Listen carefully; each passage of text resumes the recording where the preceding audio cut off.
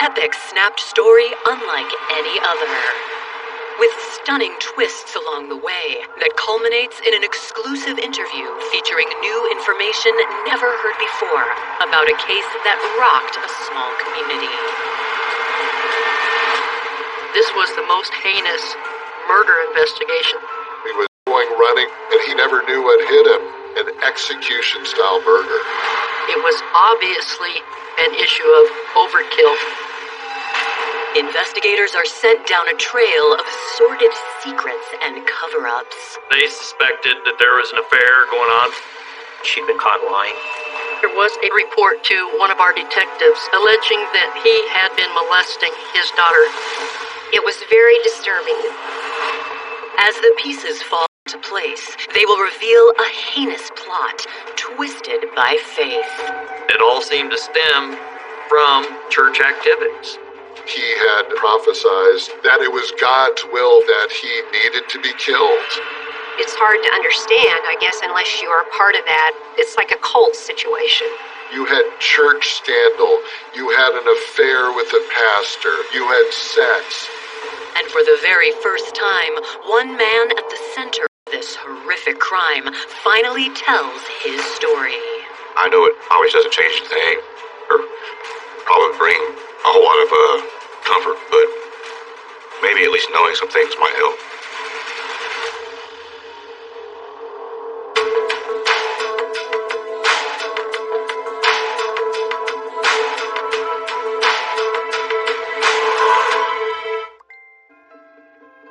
December 22nd, 1992. It's 3:30 p.m. in Junction City, Kansas, a small town of only 23,000 located 2 hours outside of Kansas City, when the local sheriff's department receives a 911 call about a gruesome discovery. The call that was received was from a passerby who had noticed the body on the side of the road. Law enforcement responded to the scene and found a body of a white male lying on his back at the intersection of Adams Road and Lions Creek Road. Originally, there was some thought that maybe he'd been hit by a car or something like that because the wounds were so severe and he was next to a road. Pretty shortly, they were able to determine that he had been the victim of a homicide. The man was deceased because of bullet wounds to his head and torso. Shell casings. Someone was trying to hide their tracks. It wasn't long before a stream of emergency vehicles rushed to the scene, and the sound of the collective sirens caught the attention of one neighbor in particular. He walked down to the scene, and he was able to identify the victim as Randall Sheridan. Immediately, the thought was, who could have done this? Why would anyone want to kill Randy, especially in broad daylight? Born in Ellsworth, Kansas in 1952, Randy Sheridan was a cowboy through and through. We grew up listening to Western music and watching old Westerns on TV. His dad was retired as a Army officer, and he always had a great love for horses. He was an extrovert, friendly, he had a good sense of humor, he had a lot of friends, he was a good person. You know? He was very engaging, very personable. He was always the fun jokester type person.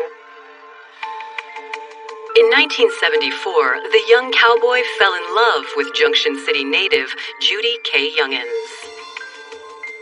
He always was able to make a person feel like that he was listening to them and really understanding and asking all good questions. When Randy and Judy were dating, they just seemed to get along really well. Judy had a son, and Randy was helping raise her son. They were all three really close. In 1981, after dating for 7 years, Randy and Judy tied the knot. We moved into the small house right after we got married. It had some acreage with it, which had a place for his horses and dogs. So it was close to town. It was very nice. They were very good years. Unfortunately, the idyllic family life didn't last. Shortly after we were married, I would say within a year, things did not go so well. He moved out. That was a time when there was a lot of not getting along, distancing, kind of leading parallel lives. By 1984, while still separated from Judy, 32-year-old Randy was working as a salesman in Chapman, Kansas. There, he met a woman that stopped him in his tracks, 22-year-old Dana Dreiling. Randy met Dana, and they had what I would say is an affair. Dana was one of 5 children raised in this family, had a very strong work ethic. The household was a traditional Catholic household. My father was a carpenter. That's what he did for a living.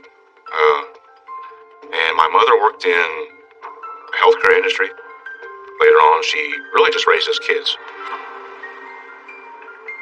In her early 20s, Dana took a job as a dental hygienist in Chapman, where she soon met Randy.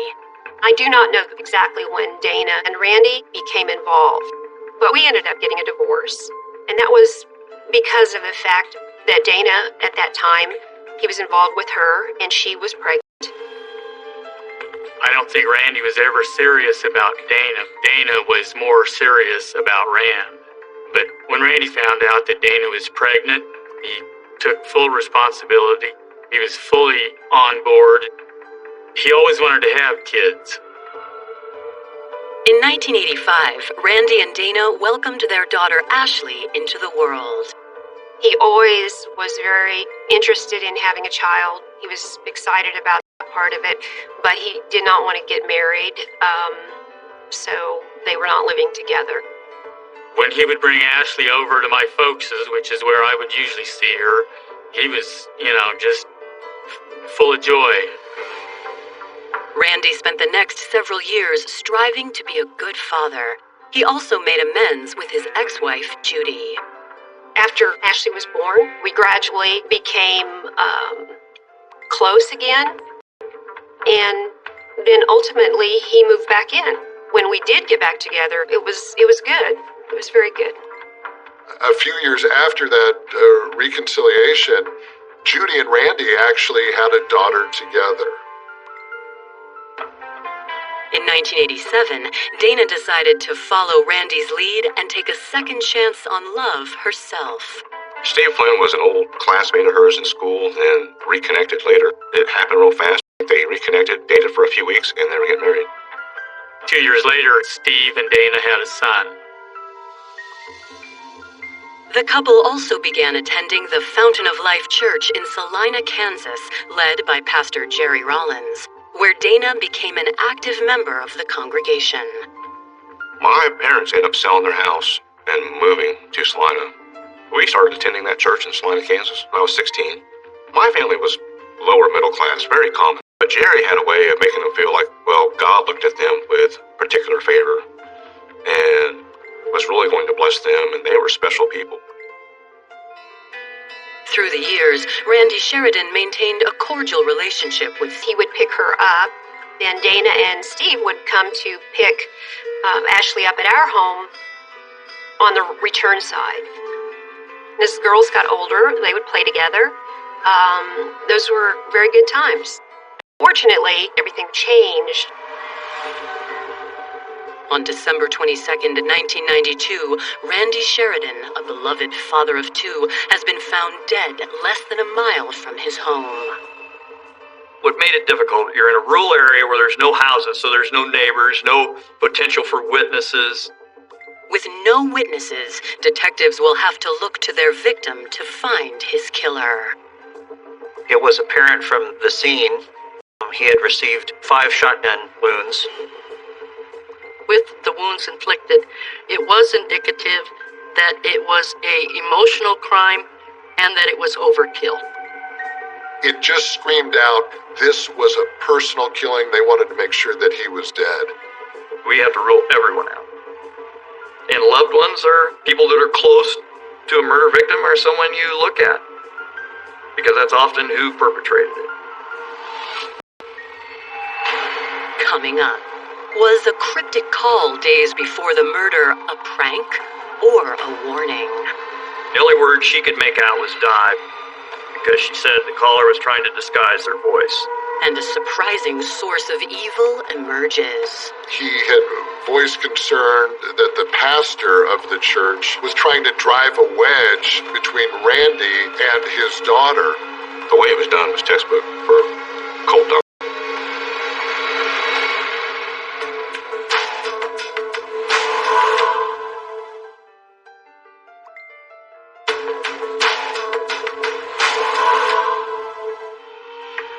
On December 22nd, 1992, authorities in Geary County, Kansas are investigating the roadside slaying of Randy Sheridan. At the conclusion of the investigation at the crime scene, Randy's body was taken to a local funeral home where the autopsy was conducted. What takes place anytime there's a murder is they will start looking at that person and looking at their life, looking at the people in their life. His wife would naturally be a suspect, I mean, were they having an argument? Were there problems, Detectives don't have to wait long to find out. I took off early and was driving home and saw all these cars around our house. There was a sheriff's car that was sitting at the end of the driveway.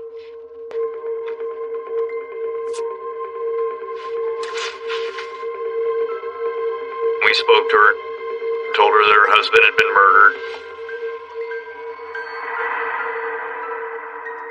At the time, it's hard to take in that information. I was in shock. It was very difficult. I basically was just shaking. It was hard to not shake. It was just devastating. The phone rang, and I recognized my father's voice on the other end, and he just said they've shot and killed Randy. It was like an atomic bomb goes off inside of you. Just devastation. While Randy's loved ones grieve, investigators waste no time searching for leads. We did check the house to make sure that it had not been, burglarized, but his house was intact. There appeared to be anything amiss within the residence. So, it came down to investigating what was going on with his life. Detectives start by asking Judy when she last spoke to Randy. He called me at my office around 3 o'clock and said he was going to go for a run. That was, of course, the last conversation I had with him. Judy says that the only conflict in Randy's life stemmed from a past affair. She told us that Randy had an affair with a woman by the name of Dana Flynn. In that affair, he had a child. Judy also told detectives that Randy was going through a very nasty custody situation with the mother of his young daughter. Judy explains that earlier that month, Randy tried to pick up his daughter for a scheduled visitation, but her mother, Dana Flynn, refused to drop her off. She was not there at the place where he was supposed to pick her up. So this went on for a while, and he, of course, hired an attorney to see what could be done. She said they had a court hearing coming up, and it was to be a change of custody to where Ashley would be given to Randy on a more permanent basis instead of just on visitation. Judy let detectives know that on December 22nd, the day that Randy was killed, Dana was scheduled to bring their daughter to Randy so that they could go on a vacation. According to his wife, he said it was while he was out jogging that he was murdered. Judy also tells detectives about a mysterious late-night phone call she received 10 days ago. It was at 1:30 in the morning. I happened to be awake, so I went and answered the phone, and at that time, I heard someone say something like, "die." Randy had heard the phone ring also, and so he came out and he grabbed the phone from me I heard him say on the phone something about Mikey, something Mikey. When they hung up, he said that that was Dana's brother, Michael, who was calling. I said, what did he say something to you? What did he say? And he did not tell me anything about what he heard on the phone. I think he just didn't want to worry me. In that interview, she's thinking that Randy's murder had to do with the child custody dispute. You know, I mean, it's just too coincidental that they've had all these problems having visitation, and he's murdered on that same day he's to pick up his daughter. Immediately after wrapping up with Judy, police receive a telling phone call from Randy Sheridan's attorney. He thought I needed to investigate this church that Randy Sheridan's estranged girlfriend, mother of his child, was involved in. A church run by a 54-year-old pastor named Jerry Rollins. Apparently, Randy had voiced concern that the pastor of the church was trying to drive a wedge between Randy and his young daughter. The attorney told me that he was very suspicious that the pastor is the one who would have masterminded the death of his client. And he said, I think that's who did it. Coming up, investigators piece together Randy's terrifying final moments. Those first two blasts were from some distance, and the shotgun blasts get closer and closer. And police follow a litany of suspicions and accusations. When there's a murder in a small town, that's huge, huge news. The rumors were flying very, very rapidly.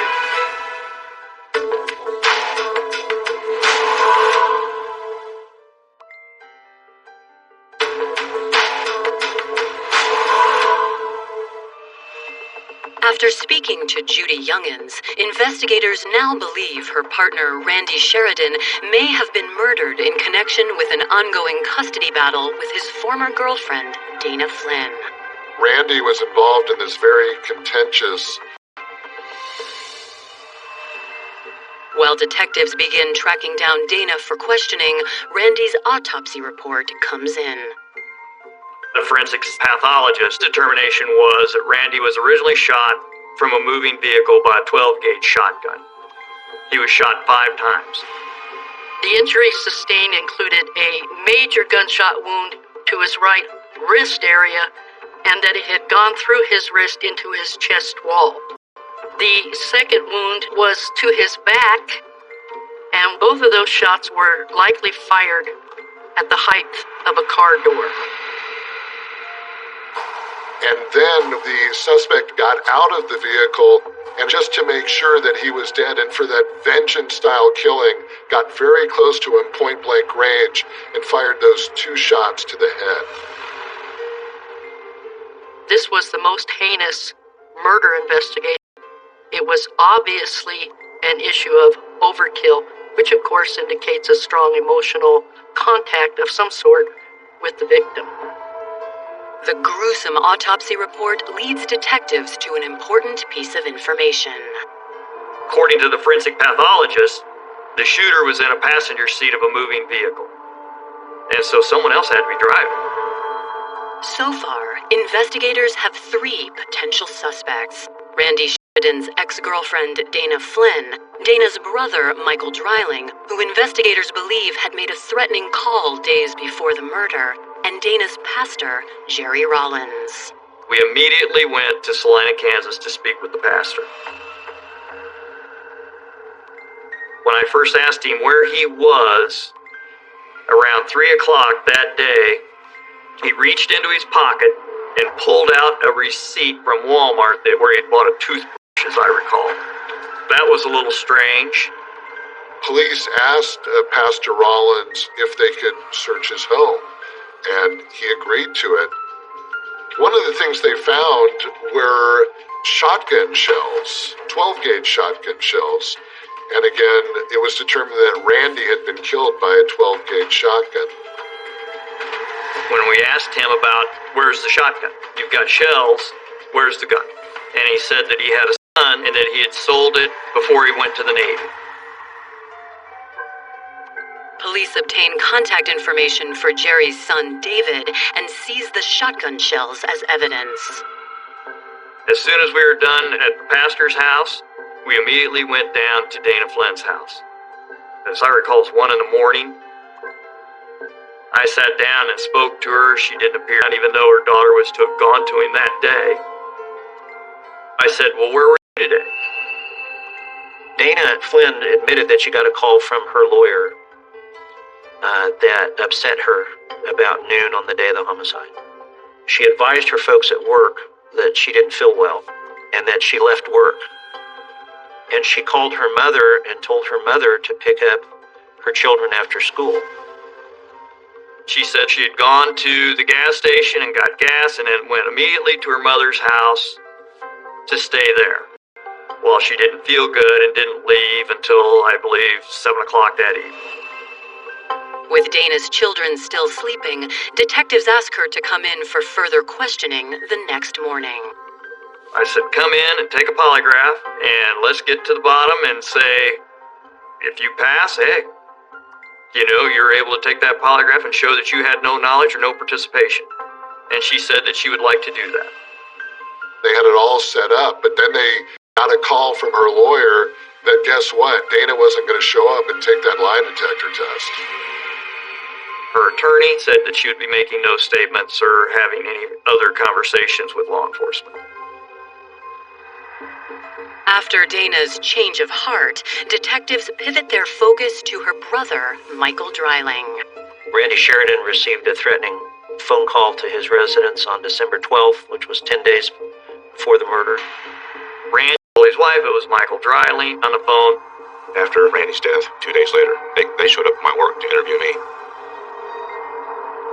They spoke to Michael and asked, where were you this day? And he said he had a knee injury and said that he'd gone to stat care. Michael told detectives that on the morning of December 22nd, he was home, and then later in the morning, his girlfriend took him to go visit Dana. And after visiting with Dana, he then headed to the doctor to get his knee checked out. Investigators quickly realize that Michael's story contradicts Dana's alibi. He said that he had seen Dana at her house, but Dana had said that she was at her mother's house. How could she be two places at the same time? He said he went at 4 o'clock in the afternoon to have his knee checked. We, of course, went to the care facility that he indicated, and their records indicated he didn't show up until 4:30 that day. He had more than enough time driving the speed limit to go from the murder scene to the care facility and arrive by 4:30. That's when we knew that we were on the right track. Coming up, another family is torn apart in this small town. His son looked at him and said, "You serve the devil." And he knew that that could only come from one place. And the intimate details of a scandalous love affair are exposed. There was Pastor Rollins, partially clothed, and he said, "Take it easy, dear. We're just praying. We're just praying together." My mother received flyers in her mailbox about Jerry ordering some kind of sexual toys or products. You can imagine what a stir that caused.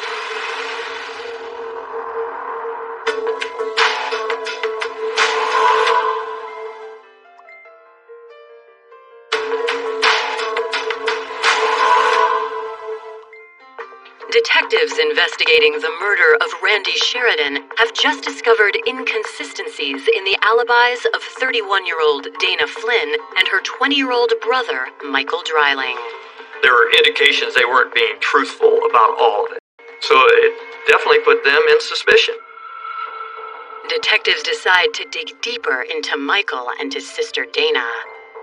They start by contacting Steve Flynn, the father of Dana's son and her husband from 1987 to 1989. When detectives went to talk to Steve Flynn, he was very candid in saying that basically he was fighting not only Dana in regards to custody of their son, but the whole family too, and felt like the whole family was ganging up. Steve Flynn tells police that he and Randy had actually been in contact the past several months. They discovered that there were things in common with the visitation and what was happening, with the children. Steve and Randy actually became quite close because they both found themselves in similar circumstances, fighting Dana, fighting her family, and fighting Pastor Rollins. Dana and her whole family had joined this church. Steve, as I understood, quit going to the church. Steve tells detectives he feared Dana was getting a bit too involved in the church. There was a concern in the underlying child custody matter that the pastor was having a negative influence on the children and teaching that their fathers who were involved in trying to get visitation were evil or somehow served the devil. Dana began withholding Ashley from some of the visitation with Randy. Before long, who would tremble in our presence. Steve knew things had gotten really, really bad when he went to go get his son, and his son looked at him and said, "You serve the devil." And he knew that that can only come from one place. It all seemed to stem from church activities. That was where it all appeared to begin and end. Hoping to learn more about the inner workings of the Fountain of Life Church, investigators pay a visit to Pastor Jerry Rollins' ex-wife. She played a big, big role in detailing the relationship that she believed had been ongoing between her husband and Dana for quite a while, beginning back in 1989. After Dana had broke up with her husband, Dana moved in with the pastor and his wife. At one point, his wife woke up early in the morning and didn't find her husband in bed. She went to walk around the house, didn't find him, went over to the bedroom of Dana, knocked on the door and said, "Is the pastor in there?" And she said, "No, I think he's outside." She then went outside, checked outside the house for her husband, didn't find him. She raced down to Dana's room. She opened the door, and there was Pastor Rollins, partially clothed. And of course his wife said, "What's going on here?" And he said, "Take it easy, dear. We're just praying. We're just praying together." Jerry Rollins' wife was concerned about them having a relationship, and then she found a receipt from an adult mail order company called Adam and Eve. The receipt was for sex toys that were sent to Dana from her husband. She left her husband after that incident. Jerry Rollins' ex-wife tells investigators that she gave the receipt to her lawyer, who passed it on to Steve Flynn and ultimately Randy Sheridan. Randy Sheridan then took this mail order receipt that he had with Jerry Rollins' name on it and Dana's name on it, and he made a bunch of copies of it. Then he mailed that out to church members. At some point, my mother received flyers in her mailbox about Jerry ordering some kind of sexual toys or products for him and Dana, with his credit card and her name mailed to her. I remember family members defending Dana strongly and thinking that it couldn't have been what it appeared to be. You can imagine what a stir. Uncover a hotbed of cover-up and corruption. People closed ranks. People were not cooperating. And a dark conspiracy comes to light. Randy was demonized more and more as time went on. It did seem to indicate to us that Jerry Rollins did have some control over people. I would call him a very evil man.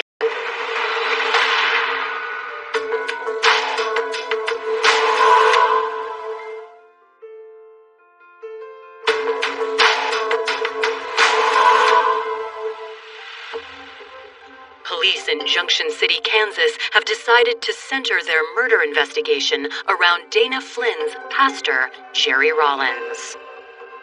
There were suspicions that it was the pastor who was involved because they suspected there was an affair going on between the pastor and Dana. It was also very curious that we did know it was a 12-gauge shotgun involved in the murder, and we knew Jerry Rollins had 12-gauge shotgun shells. Pastor Rollins had said that one of his sons had sold a 12-gauge shotgun prior to entering the Navy. On December 28, 1992, less than a week after Randy's body was found, detectives turned their attention to Pastor Rollins' son, David, for clarity. I contacted Naval Investigative Services and asked them to question him about the location of that shotgun. His story changed minute by minute. He sold the gun, no, he didn't sell the gun, and then basically said he didn't know where the gun was. Though David's demeanor is suspicious, detectives are forced to take another approach. In February 1993, after working the case for 2 months, investigators take a closer look at the Fountain of Life Church. We wanted to find out what was going on in the church. Were there discussions of any magnitude that would indicate conspiracy to commit murder? We began to interview everyone we could find that had been at least attended church there or had been a regular member. People closed ranks. People were not cooperating. It very much turned into a dead end when we talked to church members, except it did seem to indicate to us that Jerry Rollins did have some control over people. But those who recently left the church following the pastor's shocking affair scandal are more forthcoming. We learned that there were several prophecies from Jerry Rollins. One was that Sheridan was evil, and that God should, they would pray that God would Will for Randy not to see his daughter. It's hard to understand, I guess, unless you're a part of that or of that mindset. Basically, it's like a cult situation. The indications of a cult are separation, trying to get people separated, from their past loved ones and moving them apart. And this was all part of that. Randy was demonized more and more as time went on. That created a thought in people's minds that he was less than human, or if something were to happen, it really wouldn't be a loss. It really wouldn't affect people. After interviewing ex-followers of the church, investigators wonder just how far Pastor Rollins' influence had reached. Reviewing old police reports, detectives discover a history of demonizing allegations against Randy that seem to echo the pastor's so-called prophecies. In 1989, Dana Flynn came to the Gary County Sheriff's Department and made a report to one of our detectives, alleging that Randall Sheridan had been molesting his daughter, Ashley. These allegations, they had been investigated by the Sheriff's Office, they had been investigated by Kansas SRS, Social Rehabilitative Services. No one had found any indication of an actual sexual or child molestation having occurred. The evaluators were concerned that there was coaching going on with the child, and that the allegations and the manner in which they were being made was done in an effort by Dana to try to gain an advantage in the child custody dispute. Dana didn't want him to have shared custody. She did not want him to have any influence over her daughter. And this was a way to have that come to be. It was very disturbing. There was a very important court hearing that was going to be taking place just before the day he was murdered, where it was likely that she might lose custody of her child because she was refusing visitation. She did not want to attend or have that hearing take place, so she obtained a continuance. There was clearly motive in this case for Randy Sheridan to be killed by Dana Flynn. Although investigators have established a motive and a suspicious pattern of behavior, they still don't have any physical evidence that Dana Flynn murdered Randy Sheridan. People want physical evidence that links someone specifically to that scene and specifically at that point in time, or they want a confession, and we had none of those. The case languishes on for People, thousands of pages of reports, We had to investigate everything that came up. You always have a risk in these kind of cases of when you go forward. Have we got enough evidence now, or do we need to continue the investigation for an additional period of time? When you know who is responsible, but the time that it takes for the investigation and for that to finally be resolved is very frustrating. But a phone call is about to change everything. A witness came forward and told detectives that on 5 p.m. the day of the murder, that she saw Dana going through a Salina car wash not once, but twice. Coming up, a calculated plot rises to the surface. There was sufficient time to commit the murder that afternoon and be able to get back to Salina in time. She wanted her way, and it didn't matter how she got it. And in an exclusive interview, a killer tells all for the very first time. I still would be interested to know basically just what happened, the story behind the story.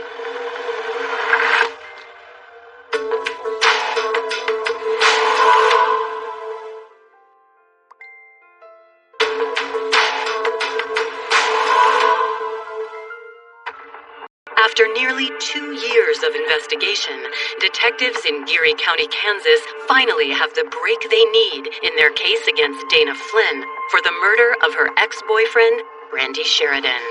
One of the members of the church, who was no longer attending the church, observed Dana Flynn going through a car wash twice on a day when she's supposedly too upset and sick to pick up her kids.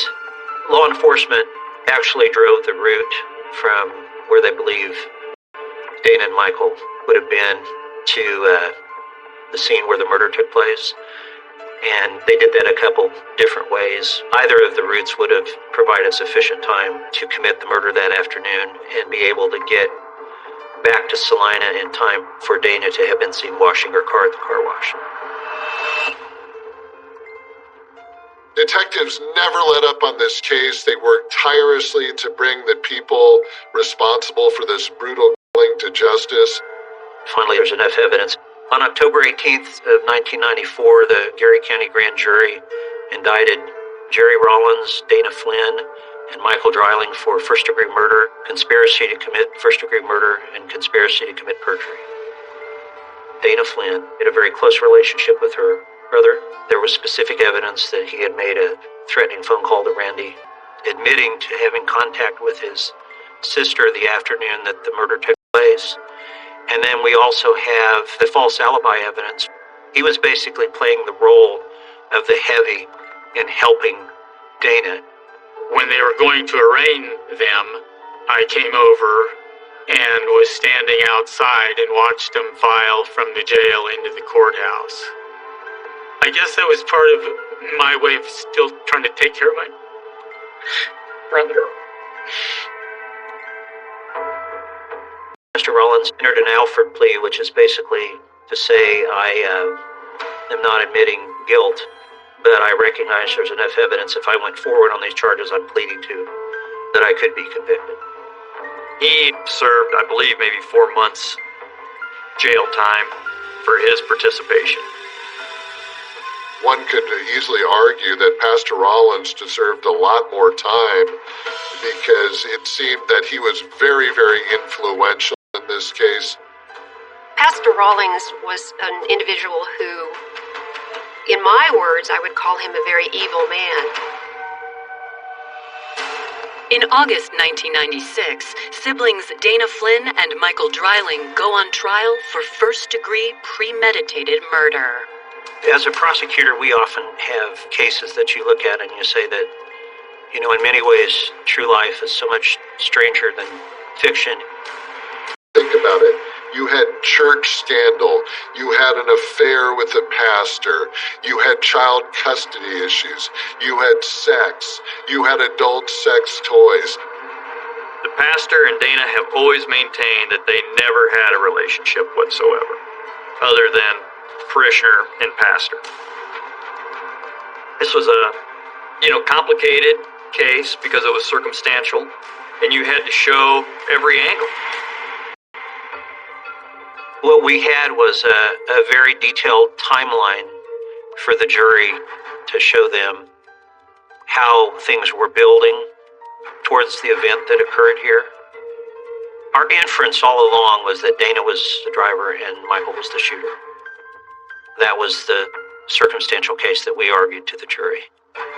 Dana's alibi turned out to be very shaky. How she said she was at her mom's house, but then a witness sees her going through the car wash twice. Michael's alibi was very shaky. And of course, there was also the issue of the 12-gauge shotgun shells found inside the Rollins residence, and we know that Randy Sheridan was killed with a 12-gauge shotgun gun. All told, the prosecution builds a solid argument. The jury was only out a matter of hours before they reached their verdict, and I think it was very clear to them what took place in this particular case. They were found guilty. It was like such a relief. On January 27th, 1997, Dana Flynn and Michael Dreiling are both sentenced to life in prison. Still, they maintain their innocence. Dana, Michael, and the pastor never confessed any crimes. They said that they'd gotten the wrong people and remained very, very steadfast in their innocence. I think that she wanted her way, and it didn't matter how she got it. This was the easiest way for her to get full custody and get rid of Randy. It's been 27 long years since Randy's horrific death, and those close to the case still seek answers. There are a lot of unanswered questions in this case. We don't know who the shooter or shooters were for certain. We had no specific evidence of how the murder actually took place other than the inferences that were made from the autopsy report and what we saw at the scene of the crime. It would be very, very good if either Mike or Dana were able to come forward and explain what happened and bring closure for the family. It would be very good to hear, just for instance, how much Jerry Rawlings had to do with this. Coming up, after 27 years of waiting, Randy's family hears Michael Dreiling speak out for the first time. It's hard to come to terms with it when you've done something like this, to be honest and have to tell the truth about it. Because nobody wants to admit doing something like this. But it's the truth.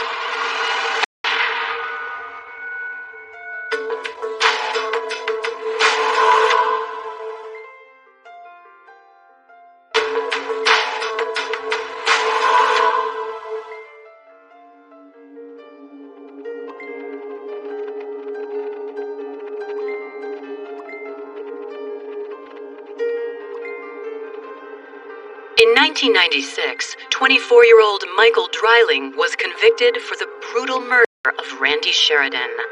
On October 16, 2019, he was released on parole. After 23 years behind bars, he has decided to tell his story for the first time. There's no way. Except if someone else gets something out of it. And someone else being the victim's family. I know it always doesn't change anything or probably bring a whole lot of comfort, but maybe at least know some things might help. Now, Michael shares the details of the crime he committed and starts at the very beginning. I was in the military, ended up having surgery while I was in, and was medically discharged, and I ended up coming home, I want to say in April of 1991. When I say home, I was Salina, Kansas at that time. Once back at home, he found a new sense of purpose in his family's church, a Pentecostal parish led by Pastor Jerry Rawlins. Jerry was charismatic, and I think he definitely cultivated an atmosphere of everybody was special. That we were chosen people. He made people feel special and unique. By the time Michael joined the congregation, Pastor Rawlins had already taken a special interest in Michael's sister, Dana. he would just talk her up, like just compliment her over the top. And she would do the same thing back to him. I can see the indicators now that it was more than just a pastor-parishioner relationship. In 1989, Jerry began counseling Dana about her struggle with ex-boyfriend Randy Sheridan over their daughter, Ashley. Jerry's wife had actually overheard a conversation with Dana's daughter and her husband, the pastor, speaking. At the end of that conversation, he came and told everyone that she revealed to him that she had been sexually molested by her father. And she goes, I listened to the whole conversation. I was keeping my ears in, wondering what's going on. And she said she never mentioned anything like that. By the fall of 1992, as Dana's custody battle with Randy languished, Michael says Dana made a plan of her own. Late October, Dana calls me and asks me if I can come over and show her how to shoot this gun. Because she had supposedly experienced some potential break-ins, people prowling around the property at night. She wanted to be able to defend herself. We went out to the country and we loaded the gun. I showed her how to shoot it. She shot it a few times. The weapon was Jerry's. I don't know where he got it, but it was his that he had given to Dana and I to use. I couldn't know for sure. They adapted the plan or changed it at some point, and included me. Dana had several conversations with me about Randy sexually abusing Ashley. I think she wanted to reinforce that idea with me and keep reinforcing it a few times to where it would build up and finally, it would make me feel like something had to be done. Dana wanted to kill Randy. That was the solution to her problem with Ashley being molested, or supposedly being molested. I was completely and totally surprised, because it seemed to contradict the religious teachings that we were trying to observe in church. I was conflicted. I didn't know what was right or what was wrong. She seemed to justify that because of Ashley's life was at stake. I had a contradiction inside of me trying to determine what really was going to be the right course of action. Torn by his sister's request, Michael says he turned to the one person he was sure he could trust.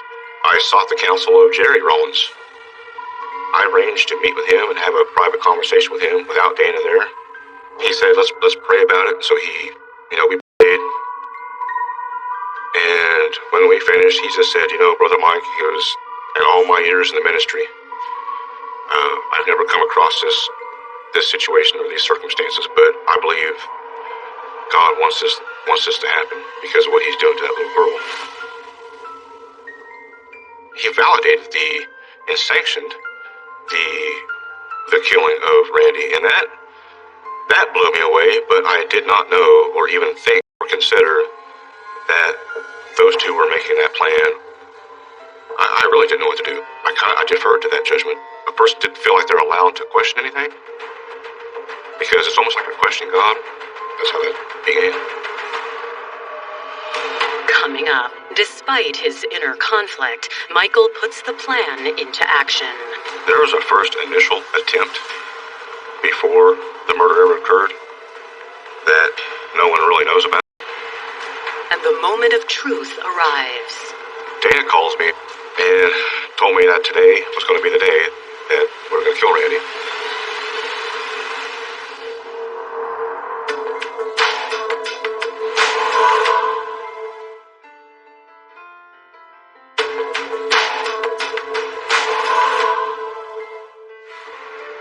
After 27 years of silence, 48-year-old Michael Dreiling has finally revealed details of the 1992 murder of his sister's former boyfriend. But offer something by way of just my willingness to be open and honest about this. About what I did. According to Michael, in the fall of 1992, it was his sister Dana who first asked him to kill Randy. But it was Pastor Jerry Rollins who gave the murder plot his blessing. Ultimately, it was Jerry's persuasion and persistence that convince me to perceive that as a righteous thing to do and agree to it. Agree to killing Randy. I mean, the way it was done was textbook for cult doctrine.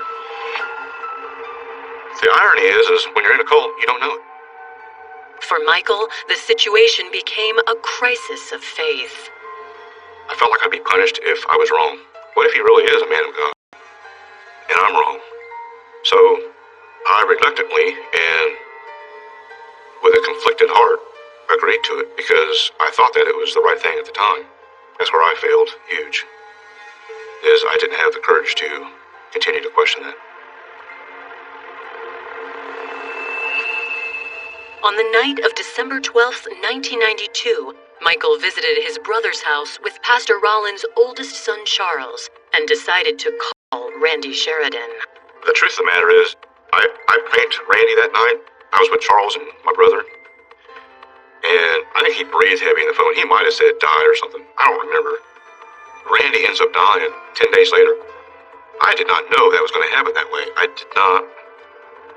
I mean, that was not even in my mind when that prank was made. Dana said, I'll let you know when the time is right.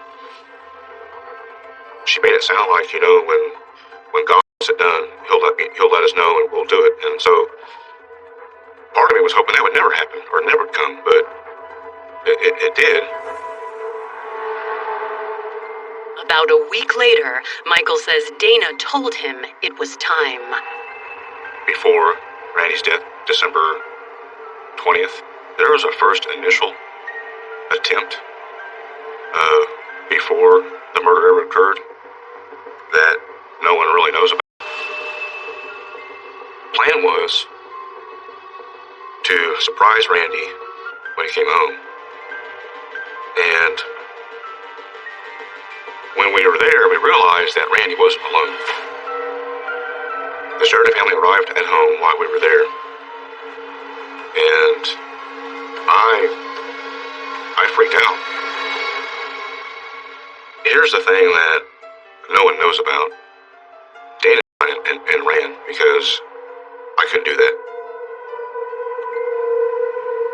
The following day, December 21st, 1992, Randy received permission to take their daughter for the holidays. But the details remained vague. Every other time that they'd had a transfer, there'd been all this discussion, cussing and discussing about the details, but this time there was none.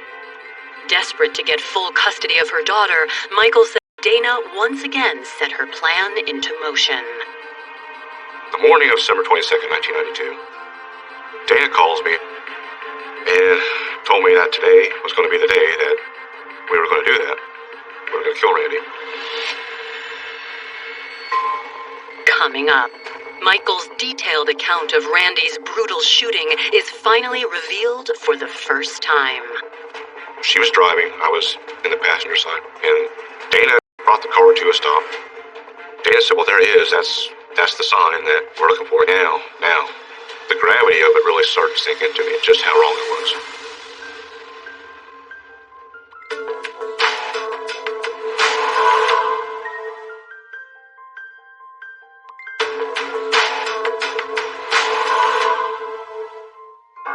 Though the murder of Randy Sheridan was 27 years ago, convicted killer Michael Dreiling remembers the event that changed his life and the lives of everyone around him like it was yesterday.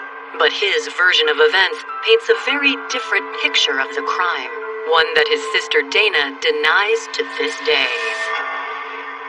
It would have been early afternoon. We arrived and we saw him jogging on the road.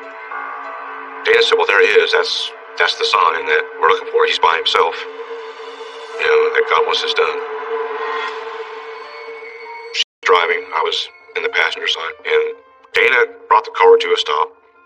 And Randy was jogging up the road. And he saw us, and I think he recognized Dana. And he started to slow and walk and started walking towards the car by the window. To talk to Dana, I believe. And that's when Dana told me now. Randy realizes the situation and put his hand up like this. I know that I fired a shot. One hit him in the arm. And that kind kind of spun him around a little bit to the side, and I fired another shot. They hit him in the side. And then he started to run. And I fired another shot, and he fell down. And when Randy fell down, that's when I stopped. The gravity of it really started to sink into me at that time. Just have to continue on was over. But not for Dana. Dana got out of the car and told me to shoot him again. Randy was on the ground. And I didn't. I don't remember saying anything. So she took the gun from me and went over and fired the last two shots. I remember standing there just kind of in somewhat of a daze, kind of a shock. And Dana had told me to help her pick up the shells, so we picked up the shells, got in the car and drove away.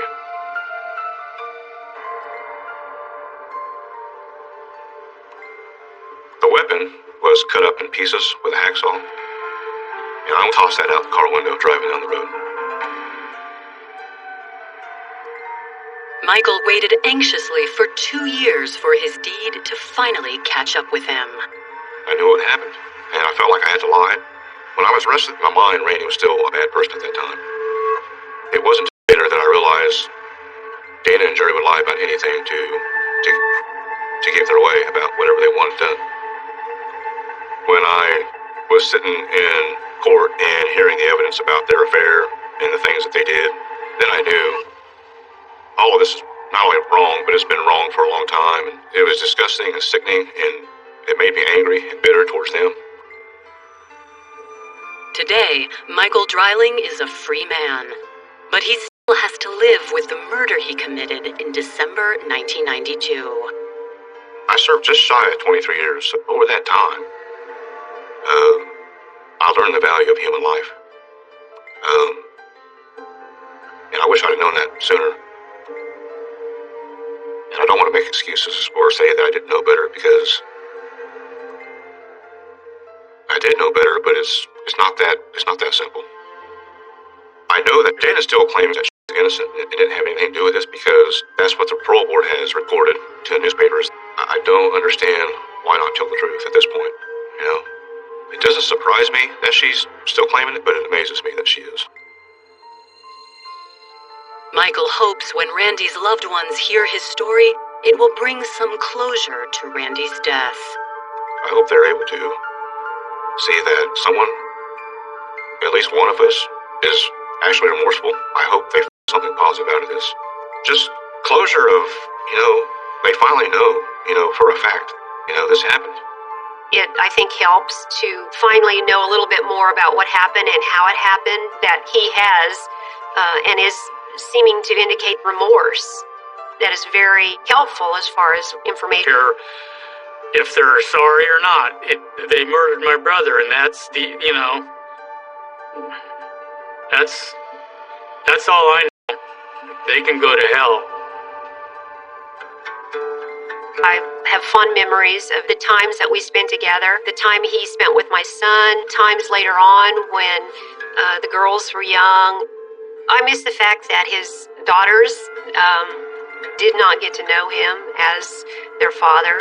That definitely is very hard. The fact that Ashley was also no longer a part of our lives after having that connection, that is very tough. She may have gone to her mother's sister. I don't know for sure. I always thought we'd trouble.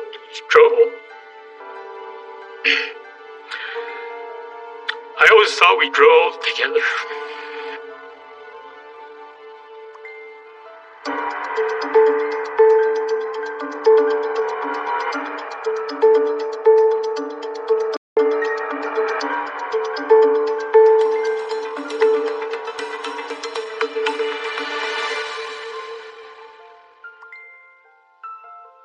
Down with a new love. Doug changed over the years, being on the road. He got lonely on the road, I believe. She got along with everybody there. We all thought, well, this could be it. But when this loving brother fails to appear for a holiday celebration, concern mounts. She drove back looking for him, and he wasn't there. It was his Facebook page. So why would he say that?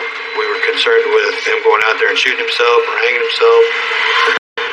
Detectives soon uncover a myriad of lies and deception that leaves everyone reeling. He was leaving her for another woman. Their text messages very plainly illustrated the fact that this was planned. He said he would take the boxes and put them somewhere where nobody would find them. You don't take a human body and throw it away like a piece of garbage to never be found. That man looked at me and started coming at me. And he said, what the? We just could not believe something like that happened. How cruel can a person be?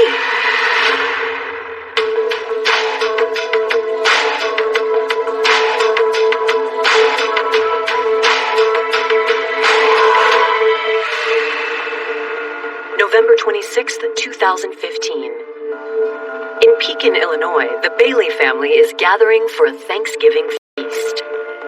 But by late afternoon, the holiday celebration takes a worrisome tone when 51-year-old Doug Bailey fails to arrive. We're all texting going, hey, Doug, where you at? And then he said, I'll be there in a little while. Doug, or his live-in girlfriend, Around 12-something, I think it was. And it only takes 2 hours to get from the truck stop to, our house in Illinois. And then 3 o'clock rolls around, still no Doug. 6 o'clock rolls around, no Doug. With Doug's family unable to reach him, they attempt to contact Rose. I called Rose, and that's what she told me, that Doug and her got into an argument, and Doug got out of the pickup truck and started walking. She said he got out of the truck, and she drove off, and then she felt guilty and came back, and Doug was gone. When Rose says she hasn't heard from Doug either, an unsettling feeling begins to take hold. We're waiting for a phone call from Doug, and we're getting nothing. And then I knew by that night something was wrong. Born on July 1st, 1964, Douglas Bailey was the 11th child for He was a character even when he was in diapers. Doug was always the life of the house. He was a smiley, funny little boy. At age 15, Doug decided to put his education aside and join the workforce. He wasn't crazy about school, so he wanted to drop out, to work for Dad. My dad had his big sawmill out, and Doug's job at night was going down and cleaning up the sawmill after all the employees went home.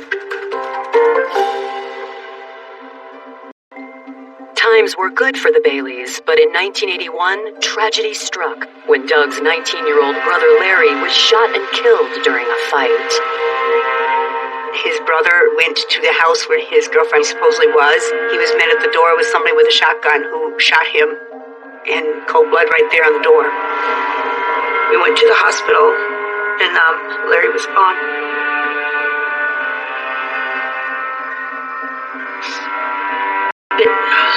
It tore our family apart. Larry's death hit everyone hard, especially younger brother Doug. They did everything together. And then, when Larry got killed, Doug changed. He just didn't seem to care about life as much. While Doug struggled to cope with his brother's death, he found strength in the arms of his first love, Tammy Potts. Doug and Tammy, they were such a cute couple.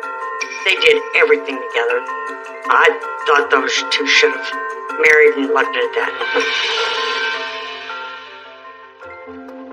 In 1982, the Bailey family moved to Florida to start a new venture.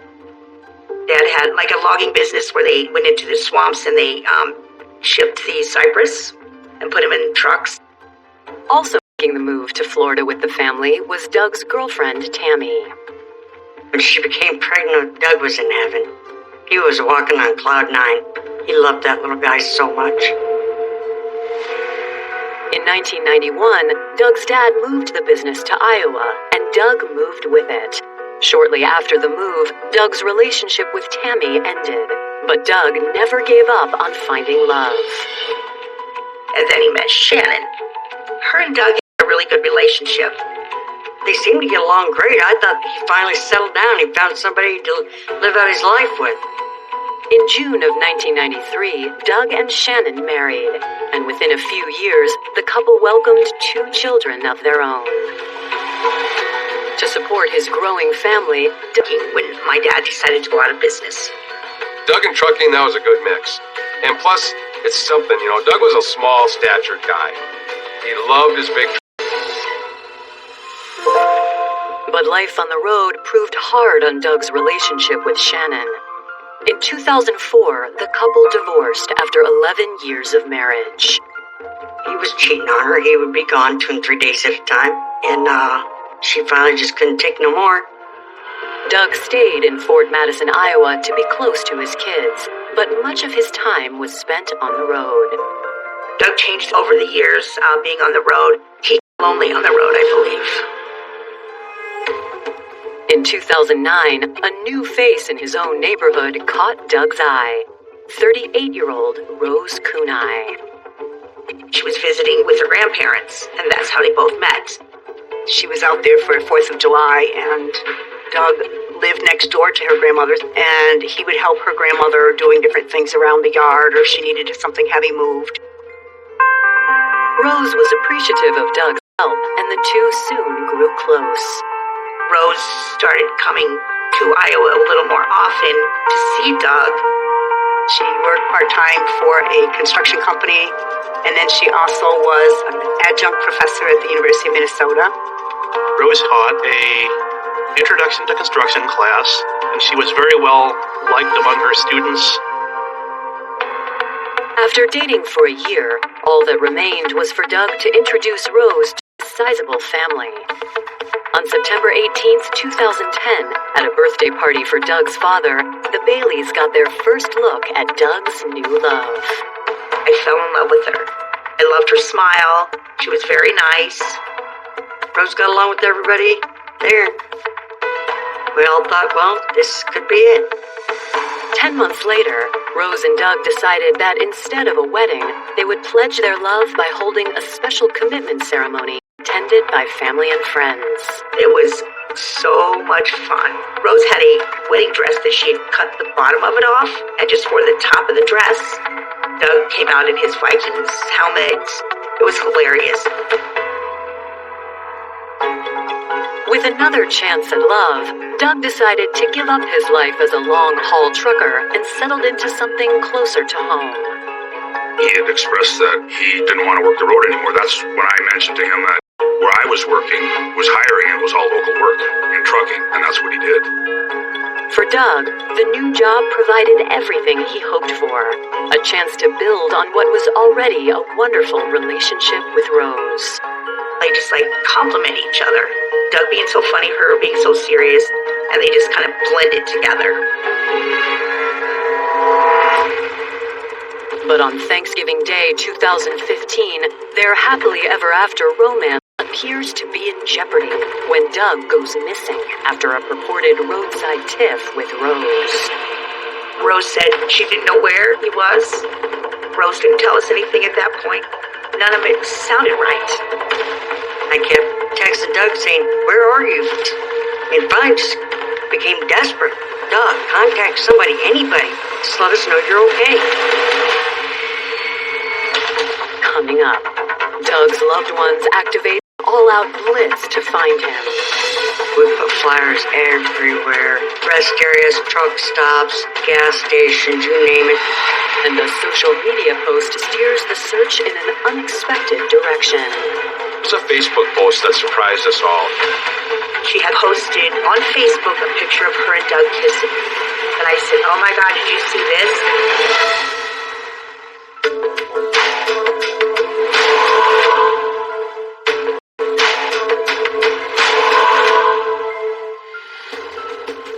On Thanksgiving of 2015, the Bailey family's beloved 51-year-old brother Doug appears to be missing. According to his girlfriend Rose, he was last seen walking away from her truck after they had a heated argument. We believed that he walked away from the car and that she drove back looking for him and he wasn't there.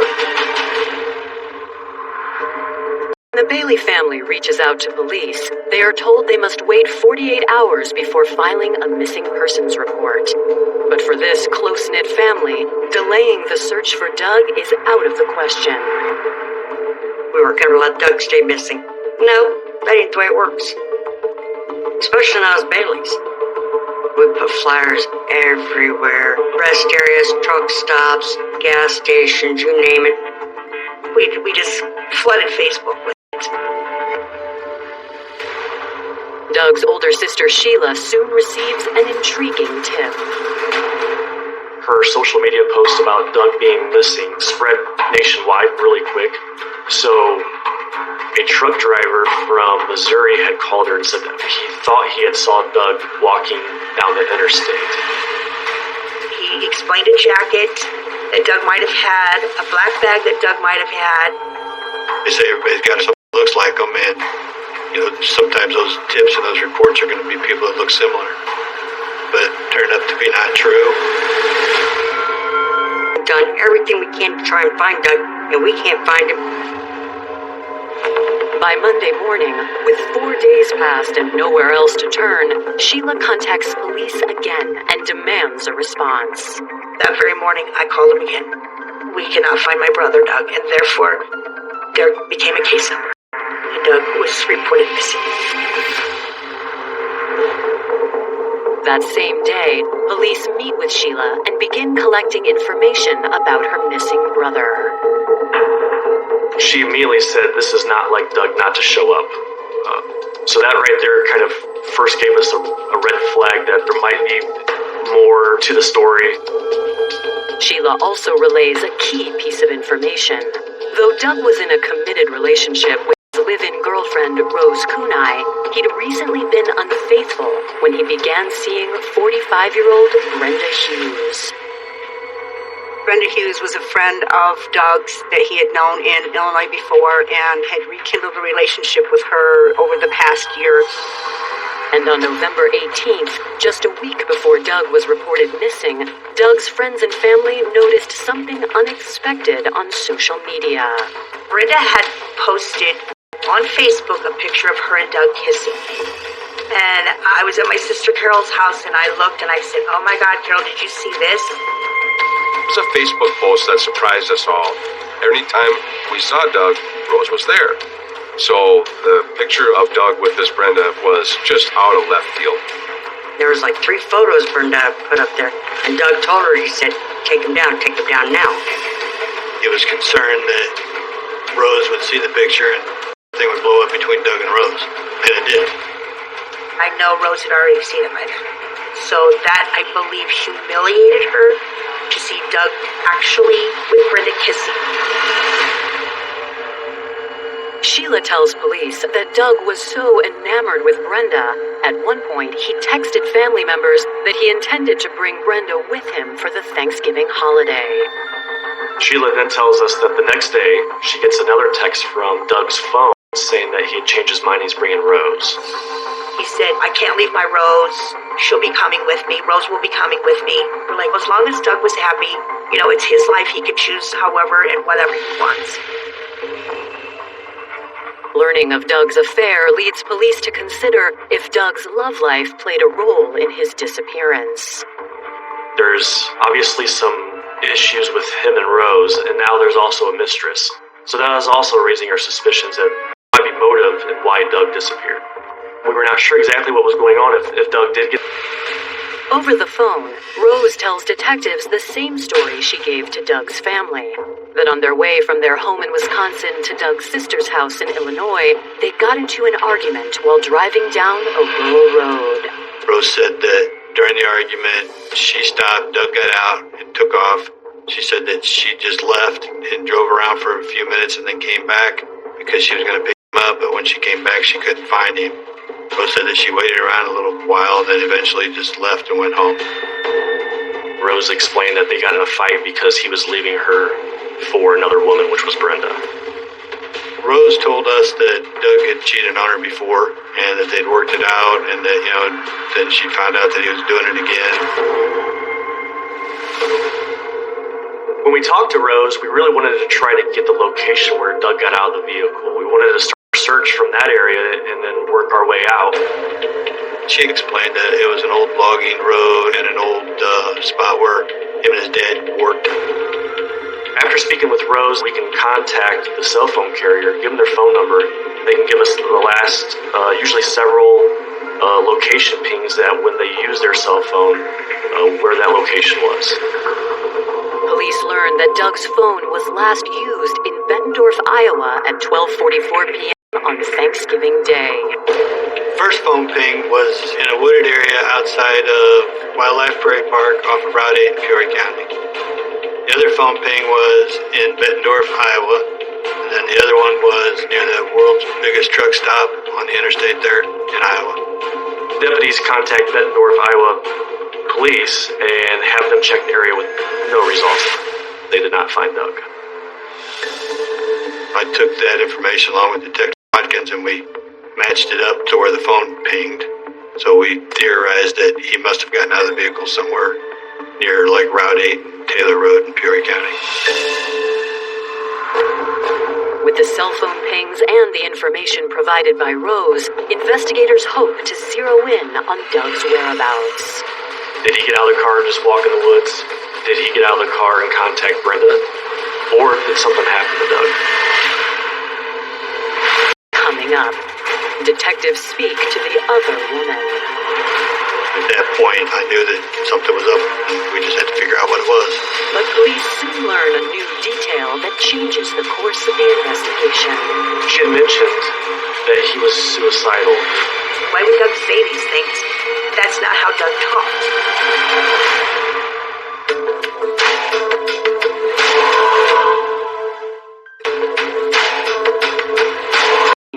During their investigation into Doug Bailey's disappearance, detectives reach out to Doug's newest love interest, Brenda Hughes. With the missing person and there's infidelity or a mistress involved, you're of course going to check to make sure that there's no foul play. When I called Brenda, she stated that she had talked to Doug a couple days before Thanksgiving and received a text message from him saying, "Put the beers on ice. I'm on my way down." But Brenda tells Detective Watkins that Doug never showed up, and she hasn't heard from him in days. When speaking to Brenda on the phone, she did not seem nervous. She seemed worried, legitimately worried about Doug. To find out whether or not Brenda is telling the truth, police pull her phone records. We pinged her phone during that day, and it showed that she was still in the Princeton, Illinois areas where she lived. So at that time, we were very confident that Brenda had not came and picked up Doug. With Brenda ruled out and Doug still missing, police examined Doug's activity on social media. On his Facebook account, one particular post from Doug immediately raises red flags. There was some very strange messages. One indicating that I'm going to get out of here, I'm signing off, I'm going home, don't have to worry about me anymore, those types of phrases. It certainly made me think that Doug was thinking about ending his life. The suicide theory gains further traction when one of Doug's sisters explains to police that Doug had made an earlier attempt to end his life. She had mentioned that he was suicidal about 10 years ago. He tried to attempt to commit suicide, but was stopped. Doug was going through a problem with Shannon, the ex-wife. He was distraught because Shannon was leaving him, and she was divorcing him. I think he turned a car on in the garage, and like asphyxiation, Shannon, I believe, stopped him. And he did end up in a hospital for about a week. He was in there. Police now wonder if Doug's fight with Rose may have driven him over the edge again. I believe that it was just a matter of us going out into the woods and finding Doug and committing suicide. On December 2nd, using pings from his cell phone and information provided by Rose, police descend upon the location Doug was supposedly last seen. We were out there in suits and everything, walking around in its hillside, large hardwood forest with briars and sticker bushes and Which spans 3 days. I think they had probably 30 people out there. There were a couple of cadaver dogs out there. Unfortunately, during the third day searching for Doug, still no results. Still haven't found Doug. Definitely frustration was starting to set in with us. I thought maybe we were just searching the wrong area, so I thought that we had to speak to Rose and try to pinpoint the exact location on where Doug got out of the truck. But when detectives reach Rose on the phone again and ask her to join them at the search location, they receive a surprising response. She just made an excuse, didn't want to come down. I said, "What do you mean you're too busy? He's missing. Do you want to help us find him?" She said, "Well, I can't get off of work. I can't afford to come down there." Rose gave the excuse that she didn't have money for gas. That's when the red flags really started coming out with Rose. I asked her to go on Google Earth to try to pinpoint the location where Doug gets out of the vehicle, and then she comes up with a location that's 5 miles away from where she originally told us that Doug had got out of the vehicle. At that point is when I knew that something was up with Rose, and we just had to figure out what it was. With suspicion around Rose growing, detectives decide to take a more direct approach on December 7th. We got permission from our supervisor to drive from Peoria, Illinois to Prescott, Wisconsin, which was like a 7 or 8 hour drive. We went the exact same path that they would have taken. One of Doug's Facebook posts said they were at the world's largest truck stop, so we wanted to see what that looked like. We wanted to see if they were actually there. I asked Rose about that, and she told me that yes, they stopped at the truck stop to get gas.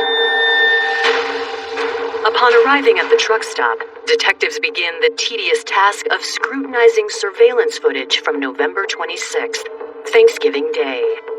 After several hours of reviewing footage, their tenacity pays off. Detective Watkins and I see a truck that fits the description of Rose's truck pull into the truck stop, pull up to a gas pump. We see 2 dogs jumping around, and we also see Rose.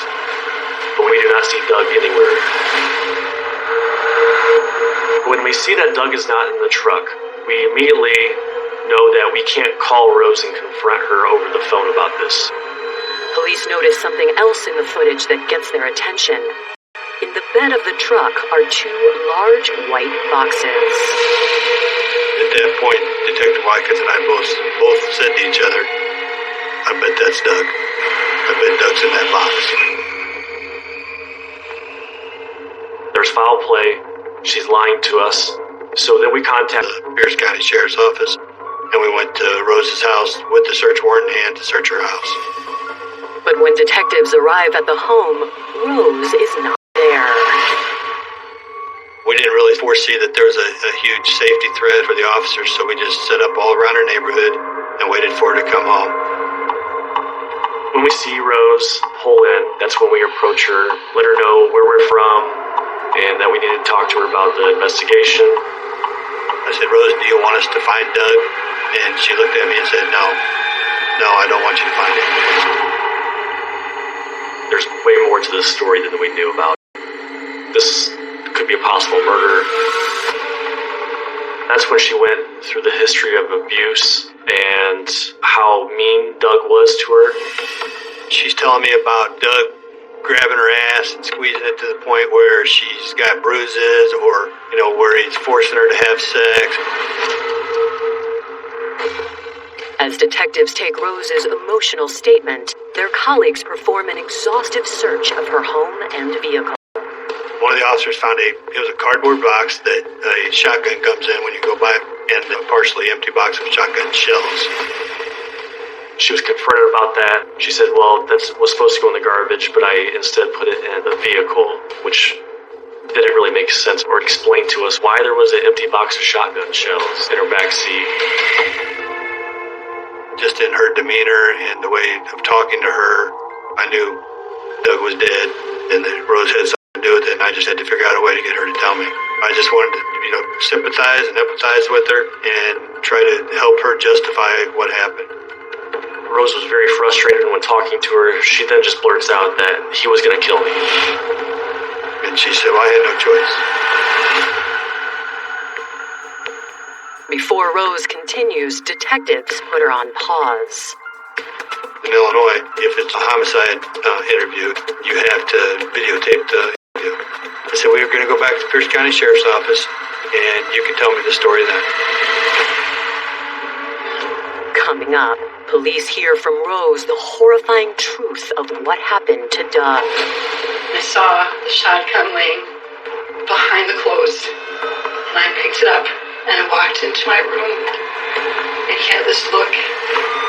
I was just amazed that someone could do this. And an unexpected motive surfaces. They had a sexual relationship for the last couple years.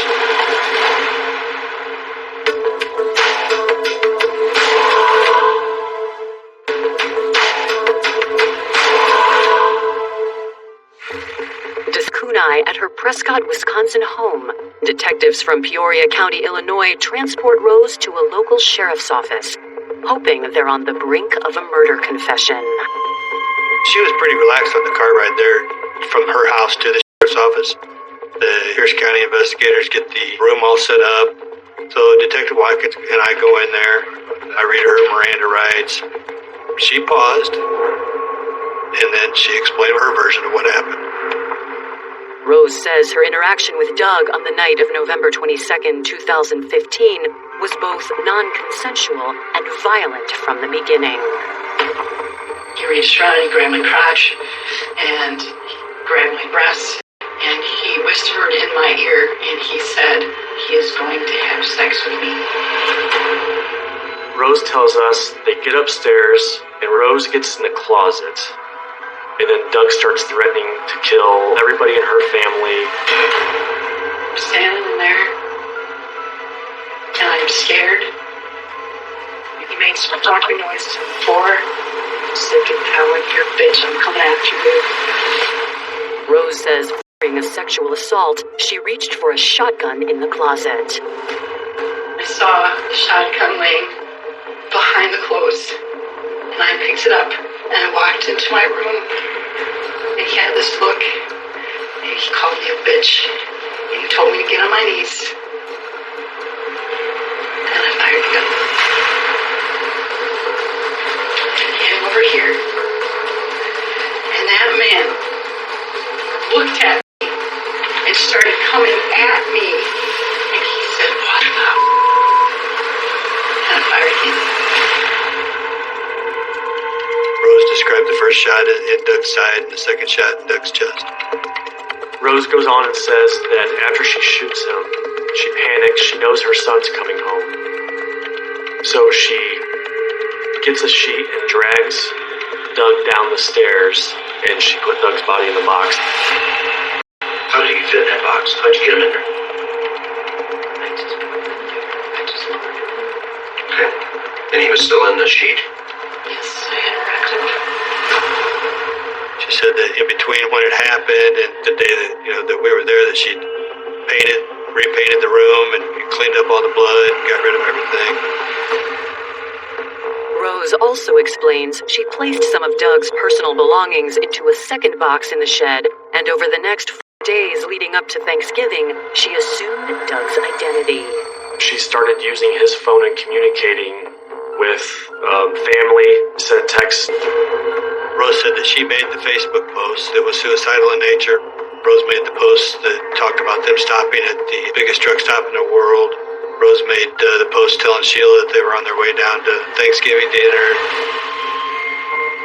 Was that where you made the text message or the Facebook post from? I did because I thought I needed more time and I did not know what to do. And I remember that we were supposed to go down on Thanksgiving. Rose tells detectives that Doug's body stayed boxed up in the shed for 4 days until she finally reached out for help. A friend of mine a long time ago had said if I needed help, I could call. And And so I called. This friend's name was Clarence Hicks. Rose says Clarence doesn't know about her killing Doug, just knows to get rid of the boxes. I did not tell him what was in the boxes, and he said he would take the boxes and put them somewhere where nobody would find them. I do not know where they are. Following her confession, on December 8th, Rose was arrested for the murder of Doug Bailey. As word of her arrest travels quickly, those following the case are shaken by the details. We're just, how cruel can a person be? We just could not believe something like that happened.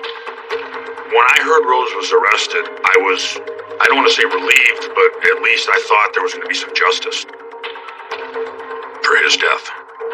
When we first met, I think Rose was very likable. She was fun. I was just amazed that someone could do this.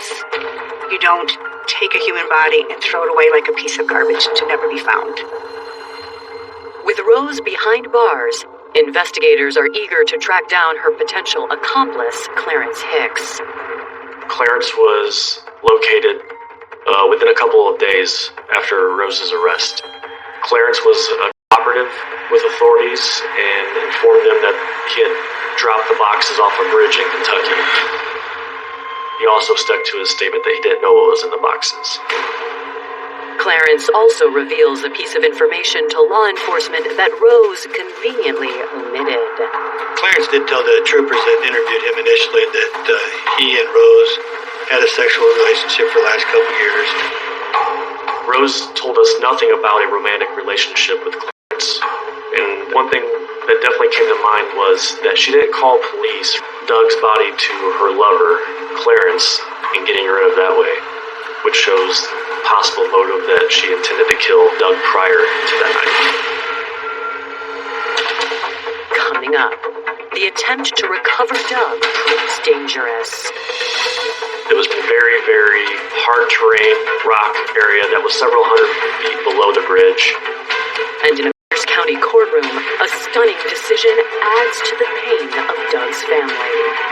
I didn't cuss in the courtroom. I just said, what the just happened here?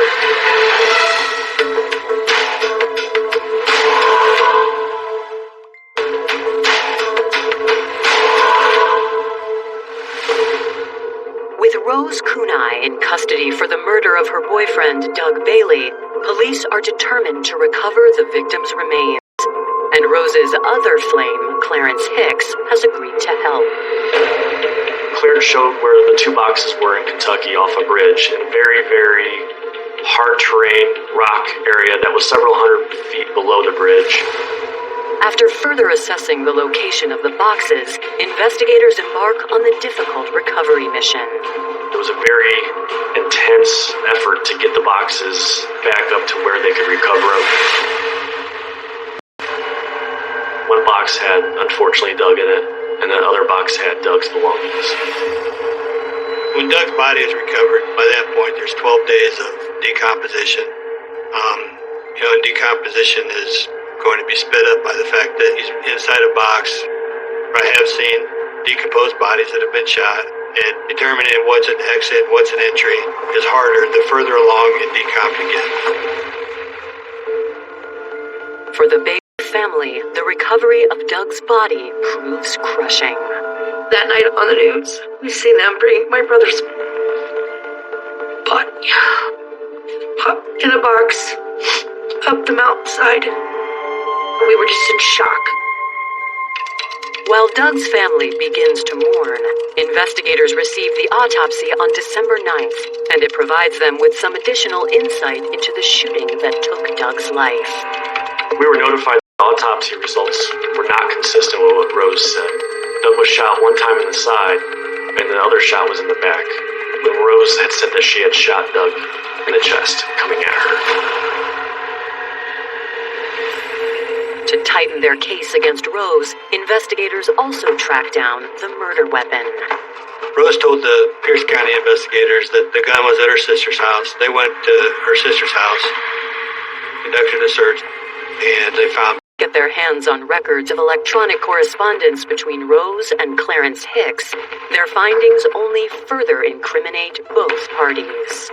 The Pierce County investigator did an awful lot of work tracking down all of their emails, their text messages, and found all kinds of stuff that Rose had said. I wish he was dead. I need to get away from him, and things that very plainly illustrated the fact that this was planned. But while Rose faces a first-degree murder charge, the evidence against Clarence only garners the charge of hiding a corpse. He took the advice of his attorney. He pled no contest, which is pleading guilty to hiding the corpse.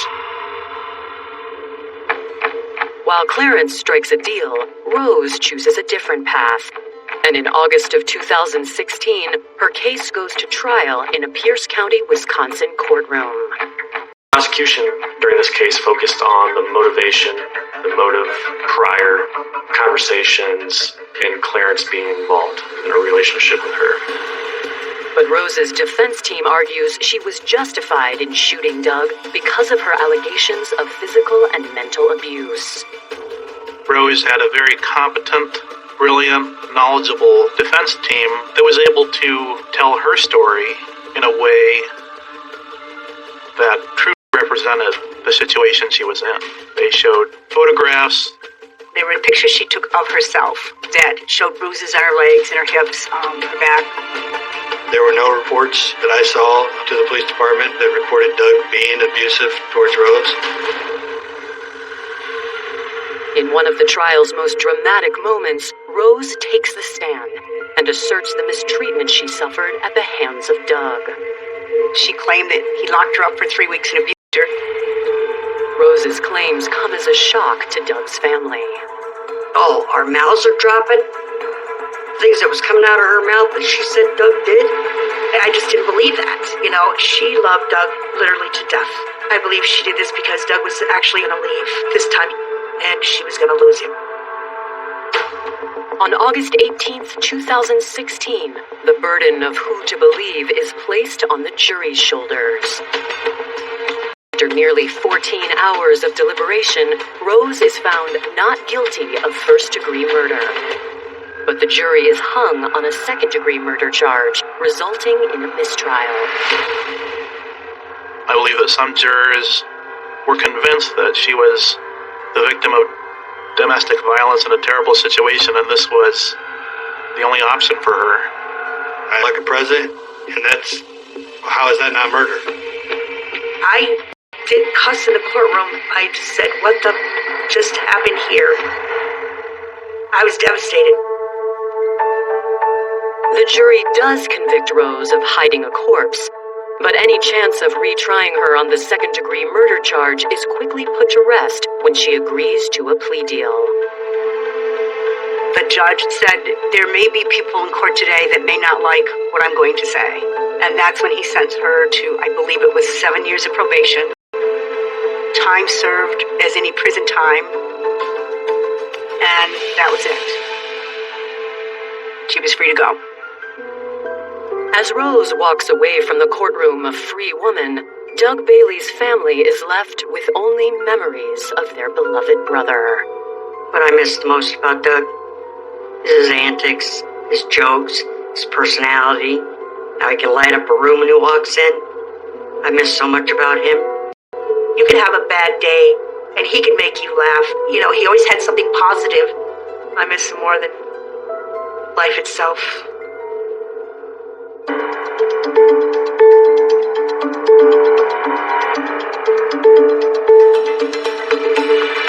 Potentially deadly chain of events. I wanted to tell them everything I knew, and they wanted every little detail.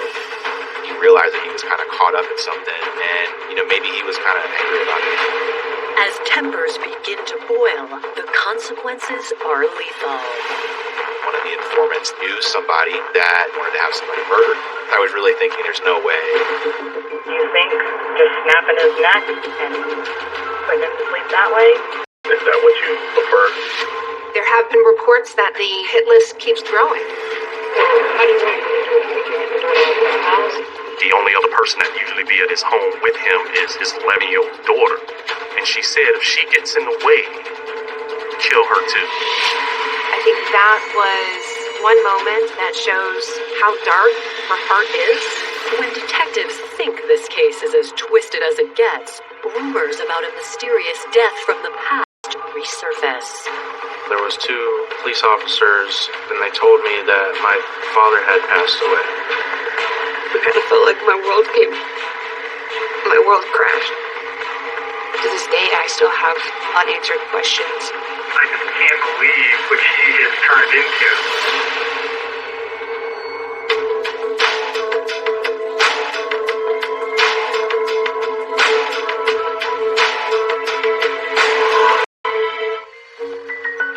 Over the past few decades, there has been a population boom in Northport, Florida.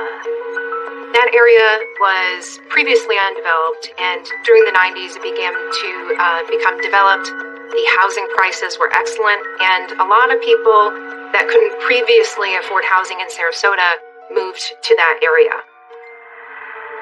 But when the housing market crashed in the mid-2000s, Northport was hit hard. It was the height of the foreclosure debacle, and many of the homes in Northport had been walked away from, and they were simply waiting to be foreclosed on by the banks. But in the meantime, they were just sitting empty. On January 25th, 2013, a foreclosure real estate scheme is what brings John Chamberlain to Northport authorities. I walked into City Hall and I said, I want to see somebody in charge. And they sent me to the city manager. John tells the city manager he has information to share about a real estate company and its owner, Janine Jones. A corporation in the name of My Retirement LLC. It's set up to take over foreclosed properties and then rent them out to people that were looking for a place to live. Jan and I were friends, steady work. I wasn't going to turn it down. She goes, since you're going to be doing so much work for us, we can actually even rent you a house and reduce the rent for you. What more could you want? John explains that after a few months of working for Janine, he realized something wasn't quite right. There would be a lockbox on the door, and she said that these houses have sat so long, they can't contact anybody that has the key for them, and so we got to go in there and drill the locks off. I did like 1 or 2 for her, and then I told her, I said, I don't feel comfortable doing this. I don't do illegal stuff like this, and I knew at this time now that she was involved in illegal stuff. He knew Janine, and he realized that he was kind of caught up in something, and, maybe he was kind of angry about it. If someone's defrauding people, I wanted to tell them everything I knew so that they would know I had nothing to do with this little scheme that she was doing. The city manager directs John to a detective who officially opens an investigation.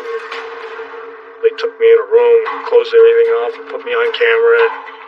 You're here today to give us information regarding some kind of real estate scheme to defraud that was brought to your attention. That's correct. He claimed that Janine Jones was collecting rent on approximately 13 homes that she did not own. Why don't you take me back to, how you came to know Janine? They wanted every little detail. That's when the ball got rolling. I met Jan approximately 9 years ago through church, and I became friends with her husband, Max. When 28-year-old Janine met 31-year-old Max Jones in 1991, she was a 2-time divorcee raising a young son. I met Max and Janine when I started to attend a church in Inglewood. It's a church called Suncoast Worship Center. Max did a lot of building, a lot of remodeling for them down there. He was just a master craftsman, and some of the stuff that he did for me was just, top-notch stuff. By October of 1991, their whirlwind romance led to wedding bells. It was a big wedding down at the church out there. They had the reception out there. He was in love with her, and then they lived in Newport. Faith was definitely important to Max. It was his community. It was his circle. mom and baby. In 1992, Janine and Max welcomed a son. When I came in the picture, it was just me and my dad and my mom and my half-brother. 2 years later, Max adored them both. My dad's parenting style was very laid back. Me and my brother and my dad, we kind of did a lot more relaxed activities, and I remember watching him just play his guitar. He made sure his kids didn't go without, not for a minute. My mother and her sister were both raised in that military household. Growing up in a military family, it kind of put a lot of structure in my mother. She was very strict. With a growing family and bigger financial needs, Janine looked to build her own career and held several jobs along the way. She was a nurse at one time. She tried selling stuff, house goods. Jan went to work for the Charlotte County Jail as a corrections officer. She was doing notary work, and she was also practicing as a legal aid. Jan always had something going on where she was getting money. While Janine was bouncing around the job market, her marriage began to suffer. Max had his job, but he was the only one bringing any steady income into the house. Financially, it was very hard. Living where we were, it was living paycheck to paycheck, and it was very stressful. When I was getting out of high school and kind of going to college, both my parents kind of seemed a little distance from each other. Things went from bad to worse in 2011. When Max came down with an ailment doctors couldn't accurately diagnose. Max, for a period of quite some time, well over a year, he seemed to be having stomach problems. He just went through hospitalization, and he had lost like 30 pounds. He missed a lot of work because, the guy got really sick. He got down to skin and bones. But they had put him in the hospital a couple times and had to put stents in his intestine. And they never really got an answer of what was causing this. Max's illness took a tragic turn in November of 2011. My mom's telling me my dad's not responding, not waking up. My mom's on the phone with the operator, and, she's kind of like walking me through what I need to do. And when I started compressions, it almost sounded like I took his last breath. And because after that, there was nothing. November 27th, 2011, I came home, and as soon as I came home, I felt like everything had stopped. I didn't understand, how all of this could be happening. They tried deeming it a heart attack, but I don't think it was. I saw them covering the body up, and my heart just kind of sunk, and I started thinking, okay, why all of a sudden did my dad die from a heart attack when he never really had heart issues to begin with? My mom's behavior that day was very unusual. There wasn't a single tear in her eye, which to me was very concerning. You have your husband of over 20 years not responding. Seeing her almost emotionless it wasn't normal. He was only 52 years old. We were beside ourselves when Max passed away. I kind of felt like my world crashed. To this day, I feel like that I still have unanswered questions. Following Max's sudden death, the Jones family struggled to get back on their feet. She had contacted me shortly after and said that they were planning on moving out of that house. She got rid of Max's truck. They started selling his tools, started selling, his base equipment. There was a quick cremation at Janine's insistence, and Janine receives the $1 million life insurance proceeds. With the insurance payout, the family had financial security. She definitely told me that she was getting a lump sum of money and that she was going to be speaking with an attorney to try and create some kind of business, fund it with that money so that it would take care of her and the kids.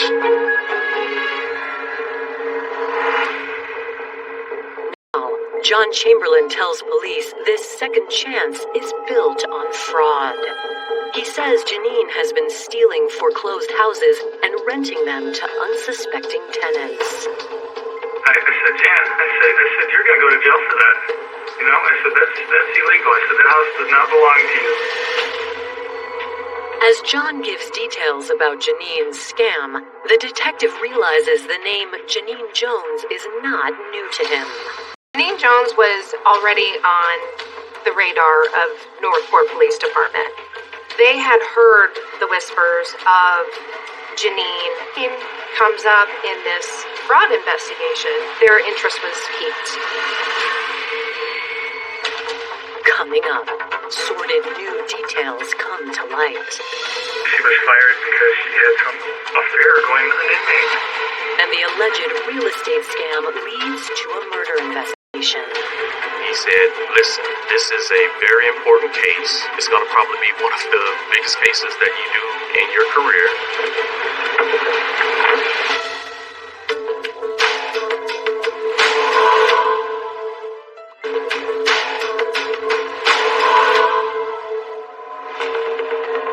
On January 25th, 2013, Florida police are speaking with John Chamberlain about a real estate scam involving his longtime friend and current employer, Janine Jones.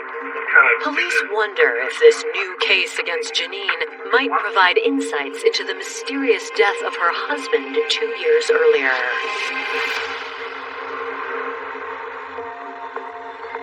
Was she, like, prior to her husband passing away, what did she do for work? She told me she used to be a guard at the prison a long time ago, and I guess she was fired because she had some affair going with an inmate.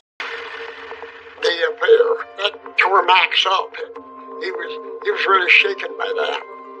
The situation with my mom as a corrections officer, I believe, happened right around the time I was born. Over the next several years, the marriage only got worse. That almost led to them getting divorced. Max said he was in a pretty bad way. I really thought that they were going to get a divorce, and I remember just sitting on the floor screaming and crying, telling them not to separate. The last minute, that's when they decided to take their problems back to church and work it out. I think he took her back for the kids. It takes a lot of toleration to being a religious like he was. But you gotta, forgive. John tells the detective that Max and Janine eventually reconciled, and everything seemed fine with the couple till 2011 when Max became ill. He was 53 years old, and yeah, he had some health problems, intestinal problems. John says Max's death came as a complete shock to his friends and family. Max, shortly before his death, had complained of some stomach problems, but nothing that would really sound the alarm that anything was significantly wrong with him. Then he died suddenly. I just remember, man, bro, I can't believe you're gone, man. I felt so bad that Alexander had $1 million insurance policy on him. Right away after her husband died, I can't judge, but she was out there immediately with a new boyfriend. This Matthew Smith, he actually came about, he was our cable guy. He says Janine's new man, Matt Smith, quickly became a fixture at the Jones household. Alex specifically said, Mom, Dad's barely been in the ground. And she's like, yeah, your dad's dead. I'm not. And that really hit me quite heavy as well. Who says that to their child? When I found out my mom was seeing someone else, it kind of threw me for a loop. I just lost my father. And I wasn't going to have someone come in so quickly and kind of push their way into my life. My mom kind of just sprung him on us. I came home one weekend and Matt was staying there at the house. And my mom told me, oh, this is Matt. He's going to stay with us for a little while. I didn't particularly care for him trying to become my new dad. Yeah, she knew him for a few months before they went to Vegas and got married. Right when her and Matt first got together, it was brought to my attention that she was being investigated for allegedly killing her ex-husband, Max. I had come to find out that these people, I guess, had gone to the Northport Police Department. It said that Jan had come to them wanting to obtain some drugs they think were used to kill Max. Well, she said Max had a heart attack, and they ruled it as a heart attack, never had an autopsy done on him, and he was cremated. He actually brought Max's ashes over to my house and asked me to hold on to them for her. Shortly after his death, Northport did try to investigate whether they could determine based on the cremated remains if his death was the result of a homicide. But there was no test that they could do on the remains of Max that would be able to definitively say that his death was not natural. She said that it was, that it was being dismissed for inconclusive evidence. Despite their strong suspicions, investigators already know there is little hope of bringing forth new evidence more than 2 years after Max's death. In the state of Florida, if a doctor signs off on the death certificate and indicates it's natural causes, there is no mechanism to trigger an autopsy. At that point, because so much time had passed between his death. Having already exhausted all avenues in the death of Janine's husband, investigators focus on the case they do have against her. Okay. And when did you kind of have a business relationship start? I went up to New York for a few months and I returned last year in December, right as her husband had passed away. I guess she received quite a bit of money from the life insurance. I never asked her how much. She started to get into this business where she said she was buying out foreclosures and wanting me to do the plumbing renovations to them. And that's when it really started taking off. I've seen them just hop through the window, drill the lock, change the locks out. They've keyed all these properties to the same lock, right? I don't go in there anymore, but this is the key for it. Gotcha. I mean, you can have it if you want. I don't want anything to do with it. Was that Janine and Matt both, or just Janine, or just Matt, or? No, that was both of them. And I've heard it out of Matt's mouth that none of these houses are legal, and that he was trying to get Jan set up where she'd be making $10,000 to $15,000 a month. Yeah. So who's the brainchild of this? Was Jan. Jan? Absolutely. I just can't believe what she has turned into. Coming up, as the investigation heats up, detectives realize they have only scratched the surface. I received a phone call from one of the informants that I was working with, and she said it's pretty serious. And an innocent man lands in the crosshairs of a killer. She's just having lunch and drawing a diagram of a house of a guy that she wants to have killed.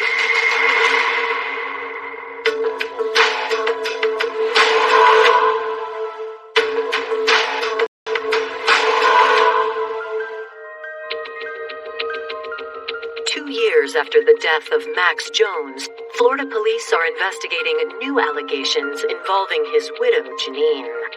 The Sarasota Police Department and the Northport Police Department had the white-collar case going on with the real estate fraud, as well as the information about Max Jones and the suspicion around his death.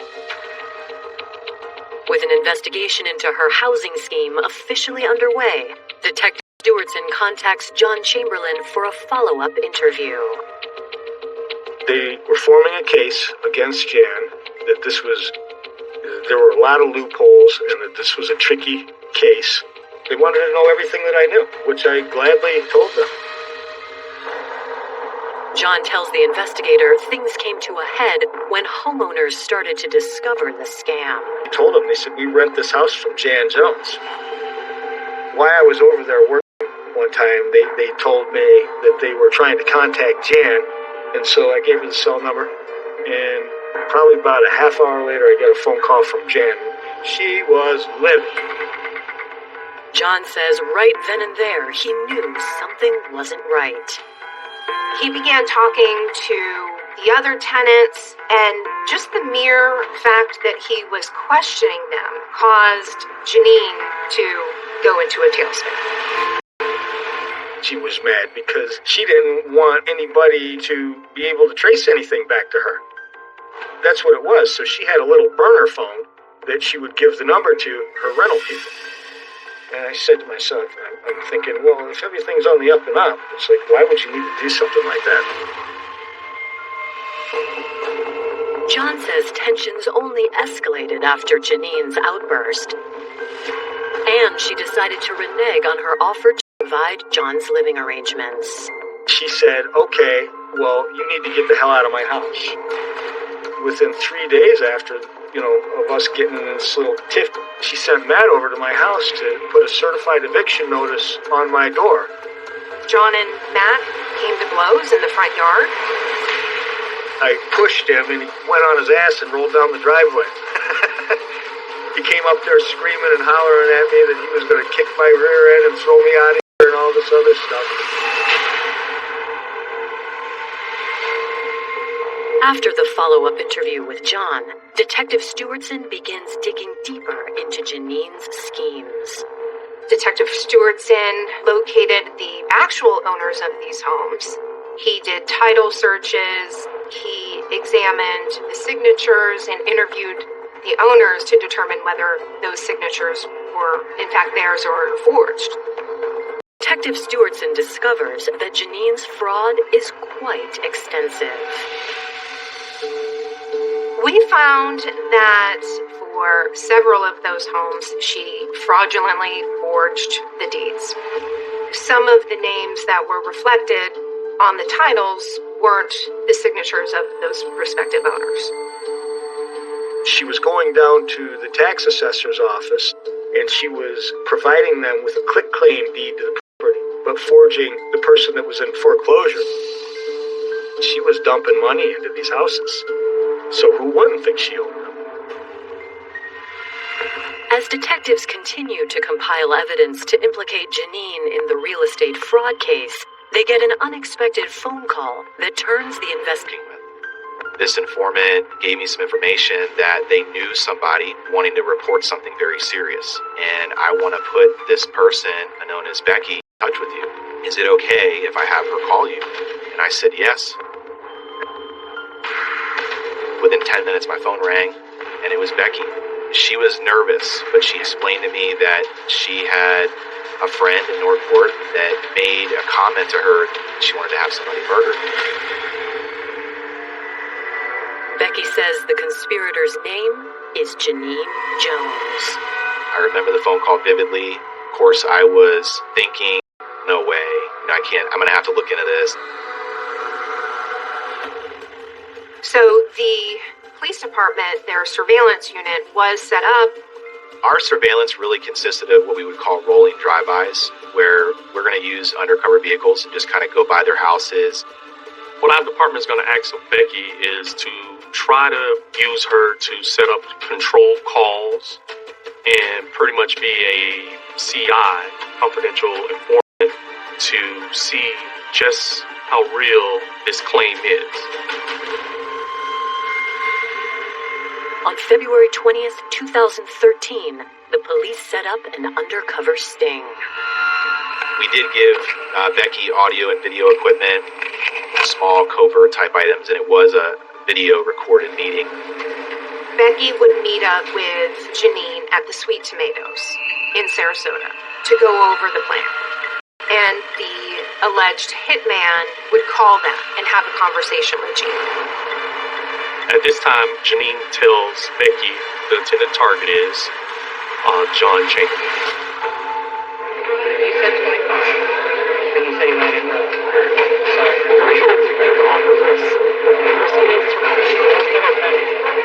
Janine took out a napkin and drew out some details about the intended victim, John Chamberlain, put some information on the napkin, drew the diagram of the house.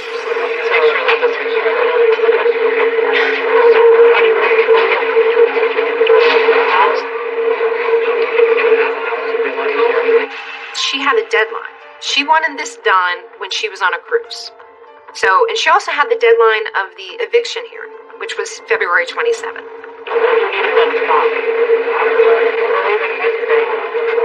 During the meet, Janine was happy. She was laughing. There was some joking in the beginning.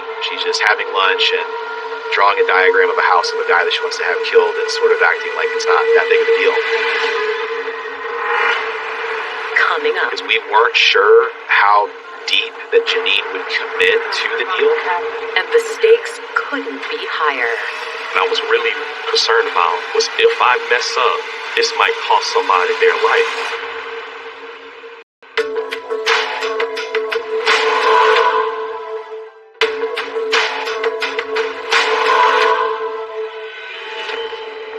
Though Janine Jones is already on tape hiring a hitman to kill her former friend John Chamberlain, detectives set another meeting to catch her in a cash exchange.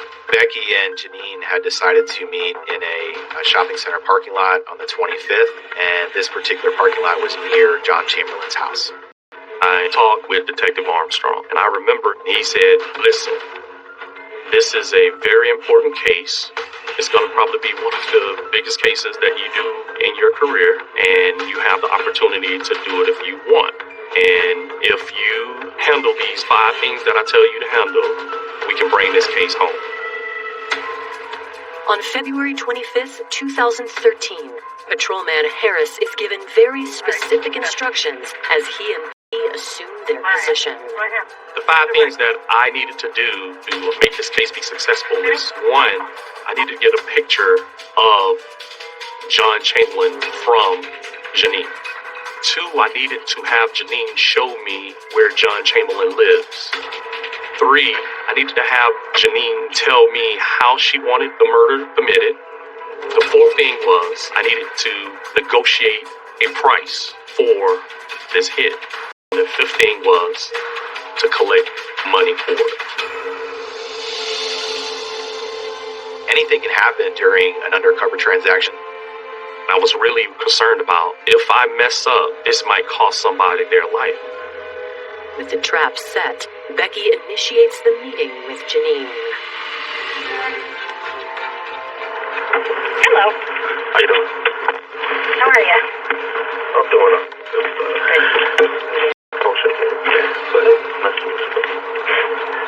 How's that? She blows the hitman a kiss. That tells you a lot about who Janine Jones is. After the brief pleasantries, Janine gets right to business. This is the best I had. Okay, so I got a picture. Janine handed me a picture of John Chamberlain, which that was one of the things that I needed to check off the list. The trio immediately heads towards John's house. So now we have undercover Dominic Harris driving the vehicle, Janine Jones in the passenger seat, and we have Becky now in the back seat. That's the orange house on the right-hand side. Those people, my man knows. Yeah, right here. Now, the back window is the room that he stays in. Okay. While we're driving by the house, she also handed me a drawing, almost like a floor plan of the home where John sleeps and layout of the home, the back door, front door, and different places where I could enter the home to murder John. Janine is pretty open about wanting to have this murder of John Chamberlain done. He has too much knowledge of my life that can come back and bite me in the ass. Okay. And then I said, well, do anybody else live in the home with him? His family's up in New York. Okay. He's got a daughter, which I don't care about. She said if she gets in the way, kill her too. And at that time, I knew, man, this lady is evil. She gives him the green light to kill a child if he needs to. And I think that was one moment that shows how dark Janine Jones' heart is. Once we make it back to the grocery store, I expect you to step out of the vehicle so me and Janine can negotiate more. All right, so exactly how do you want it done? If you think just snapping his neck and putting him to sleep that way. Is that what you prefer? Well, obviously, the least messy, the better. Okay. For both of us. Okay. So option. Snap his neck. Okay. Yeah. Okay. And then two is what? Shoot him. Despite capturing Janine's desired murder method on tape, for the sting to work, police need evidence of payment. That's when we negotiated price. And I told her with removal and with me doing a job that it would be $4,000. I can give you what I have on me. Okay, what you got on you now? 1,000. Just 1,000? She had $1,000 of cash on her at the time, and she wrote out a check for cash to go to her bank. Before going to the bank for more cash, shockingly, Janine adds to the hit list. That is when she brought up having someone else killed, but she wanted to have that one done later. She added her husband, Matt Smith, to that list. And she asked for a twofer. How would you want that one done? At the house. So, it could be something along the lines of a carjacking. She was getting tired of Matt. And she knew, with Max, she could make some money off of him. So, on January 3rd, when the $1 million life insurance policy on Matt's life became effective, she had every reason in the world to add him to her hit list. At that time, I had to make a decision on, do I give the signal, the takedown signal, or do I allow her to go to Chase Bank? Deal. When Janine steps out of the vehicle, Officer Harris gives what's called the good deal sign. And she was taken down as she exited the vehicle. Janine had a shocked look on her face. She was definitely surprised that, oh my gosh, now there's the police here. And that shock turned to anger. And she had a very angry face. She was not happy that she was getting arrested. She scuffed her knee when she was taken to the ground. She urinated in her shorts. She had a criminal defense attorney already lined up, and she knew that if ever she was in trouble, that she would use this attorney. So she was savvy enough to know not to speak at all. Coming up, details of Janine's crimes go on display. I just remember the look on his face, complete and utter shock. Every feeling I had to talk to my mom was kind of gone when I found out all the evidence.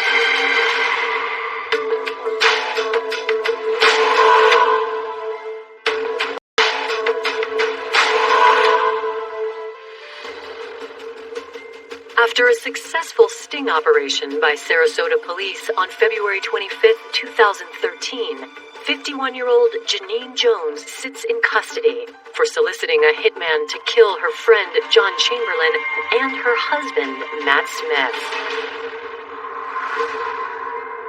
A day after Janine's arrest, investigators notify Matt of his wife's plot. We told Matt about the murder case and that he was a victim and that Janine wanted to have him killed. I just remember the look on his face was like it would be, I think, for anybody, just complete and utter shock.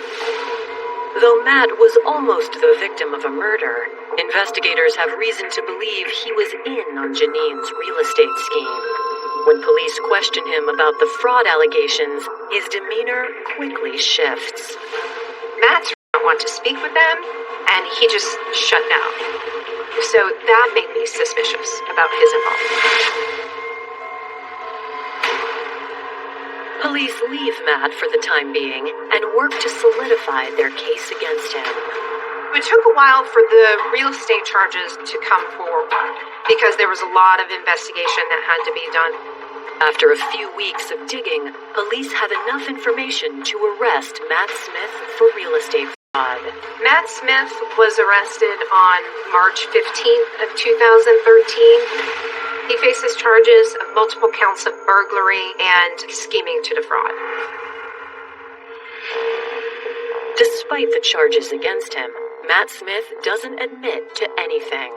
He played dumb, but we had evidence that Matt himself did the forgery. Matt was usually the person that was having contact with the tenants and collecting the rents. With his back against the wall, he asks prosecutors for a plea deal. Eventually, Matt Smith communicated through his attorney that he would be willing to engage in a plea deal in which he would testify against Janine in the solicitation to commit murder trial in exchange for a more lenient sentence for him. That offer was immediately rejected. Furthermore, I did not feel it was appropriate to call him as witness. On May 19th, 2014, Janine's case goes to trial. Janine's defense attorney announces that she's going to be entering what's called an open plea to solicitation to commit murder. By doing an open plea, you open it up to the judge's decision on what happens to you. I was worried because the judge that presided over her, she was so nice and polite and respectful of Jan and giving her time to speak. And I was like, wow. I said, what, is she going to give her a slap on the wrist? Ultimately, the video of the police sting played a vital role in Janine's fate. The video was very powerful. I think it eliminated any doubt of what her true intentions were. The judge did give her 2 life sentences in Florida State Prison. The fact that Janine Jones would allow or even encourage an 11-year-old child to be killed in the mix in order for her goal to be accomplished was a significant factor, I believe, in the judge's life sentence.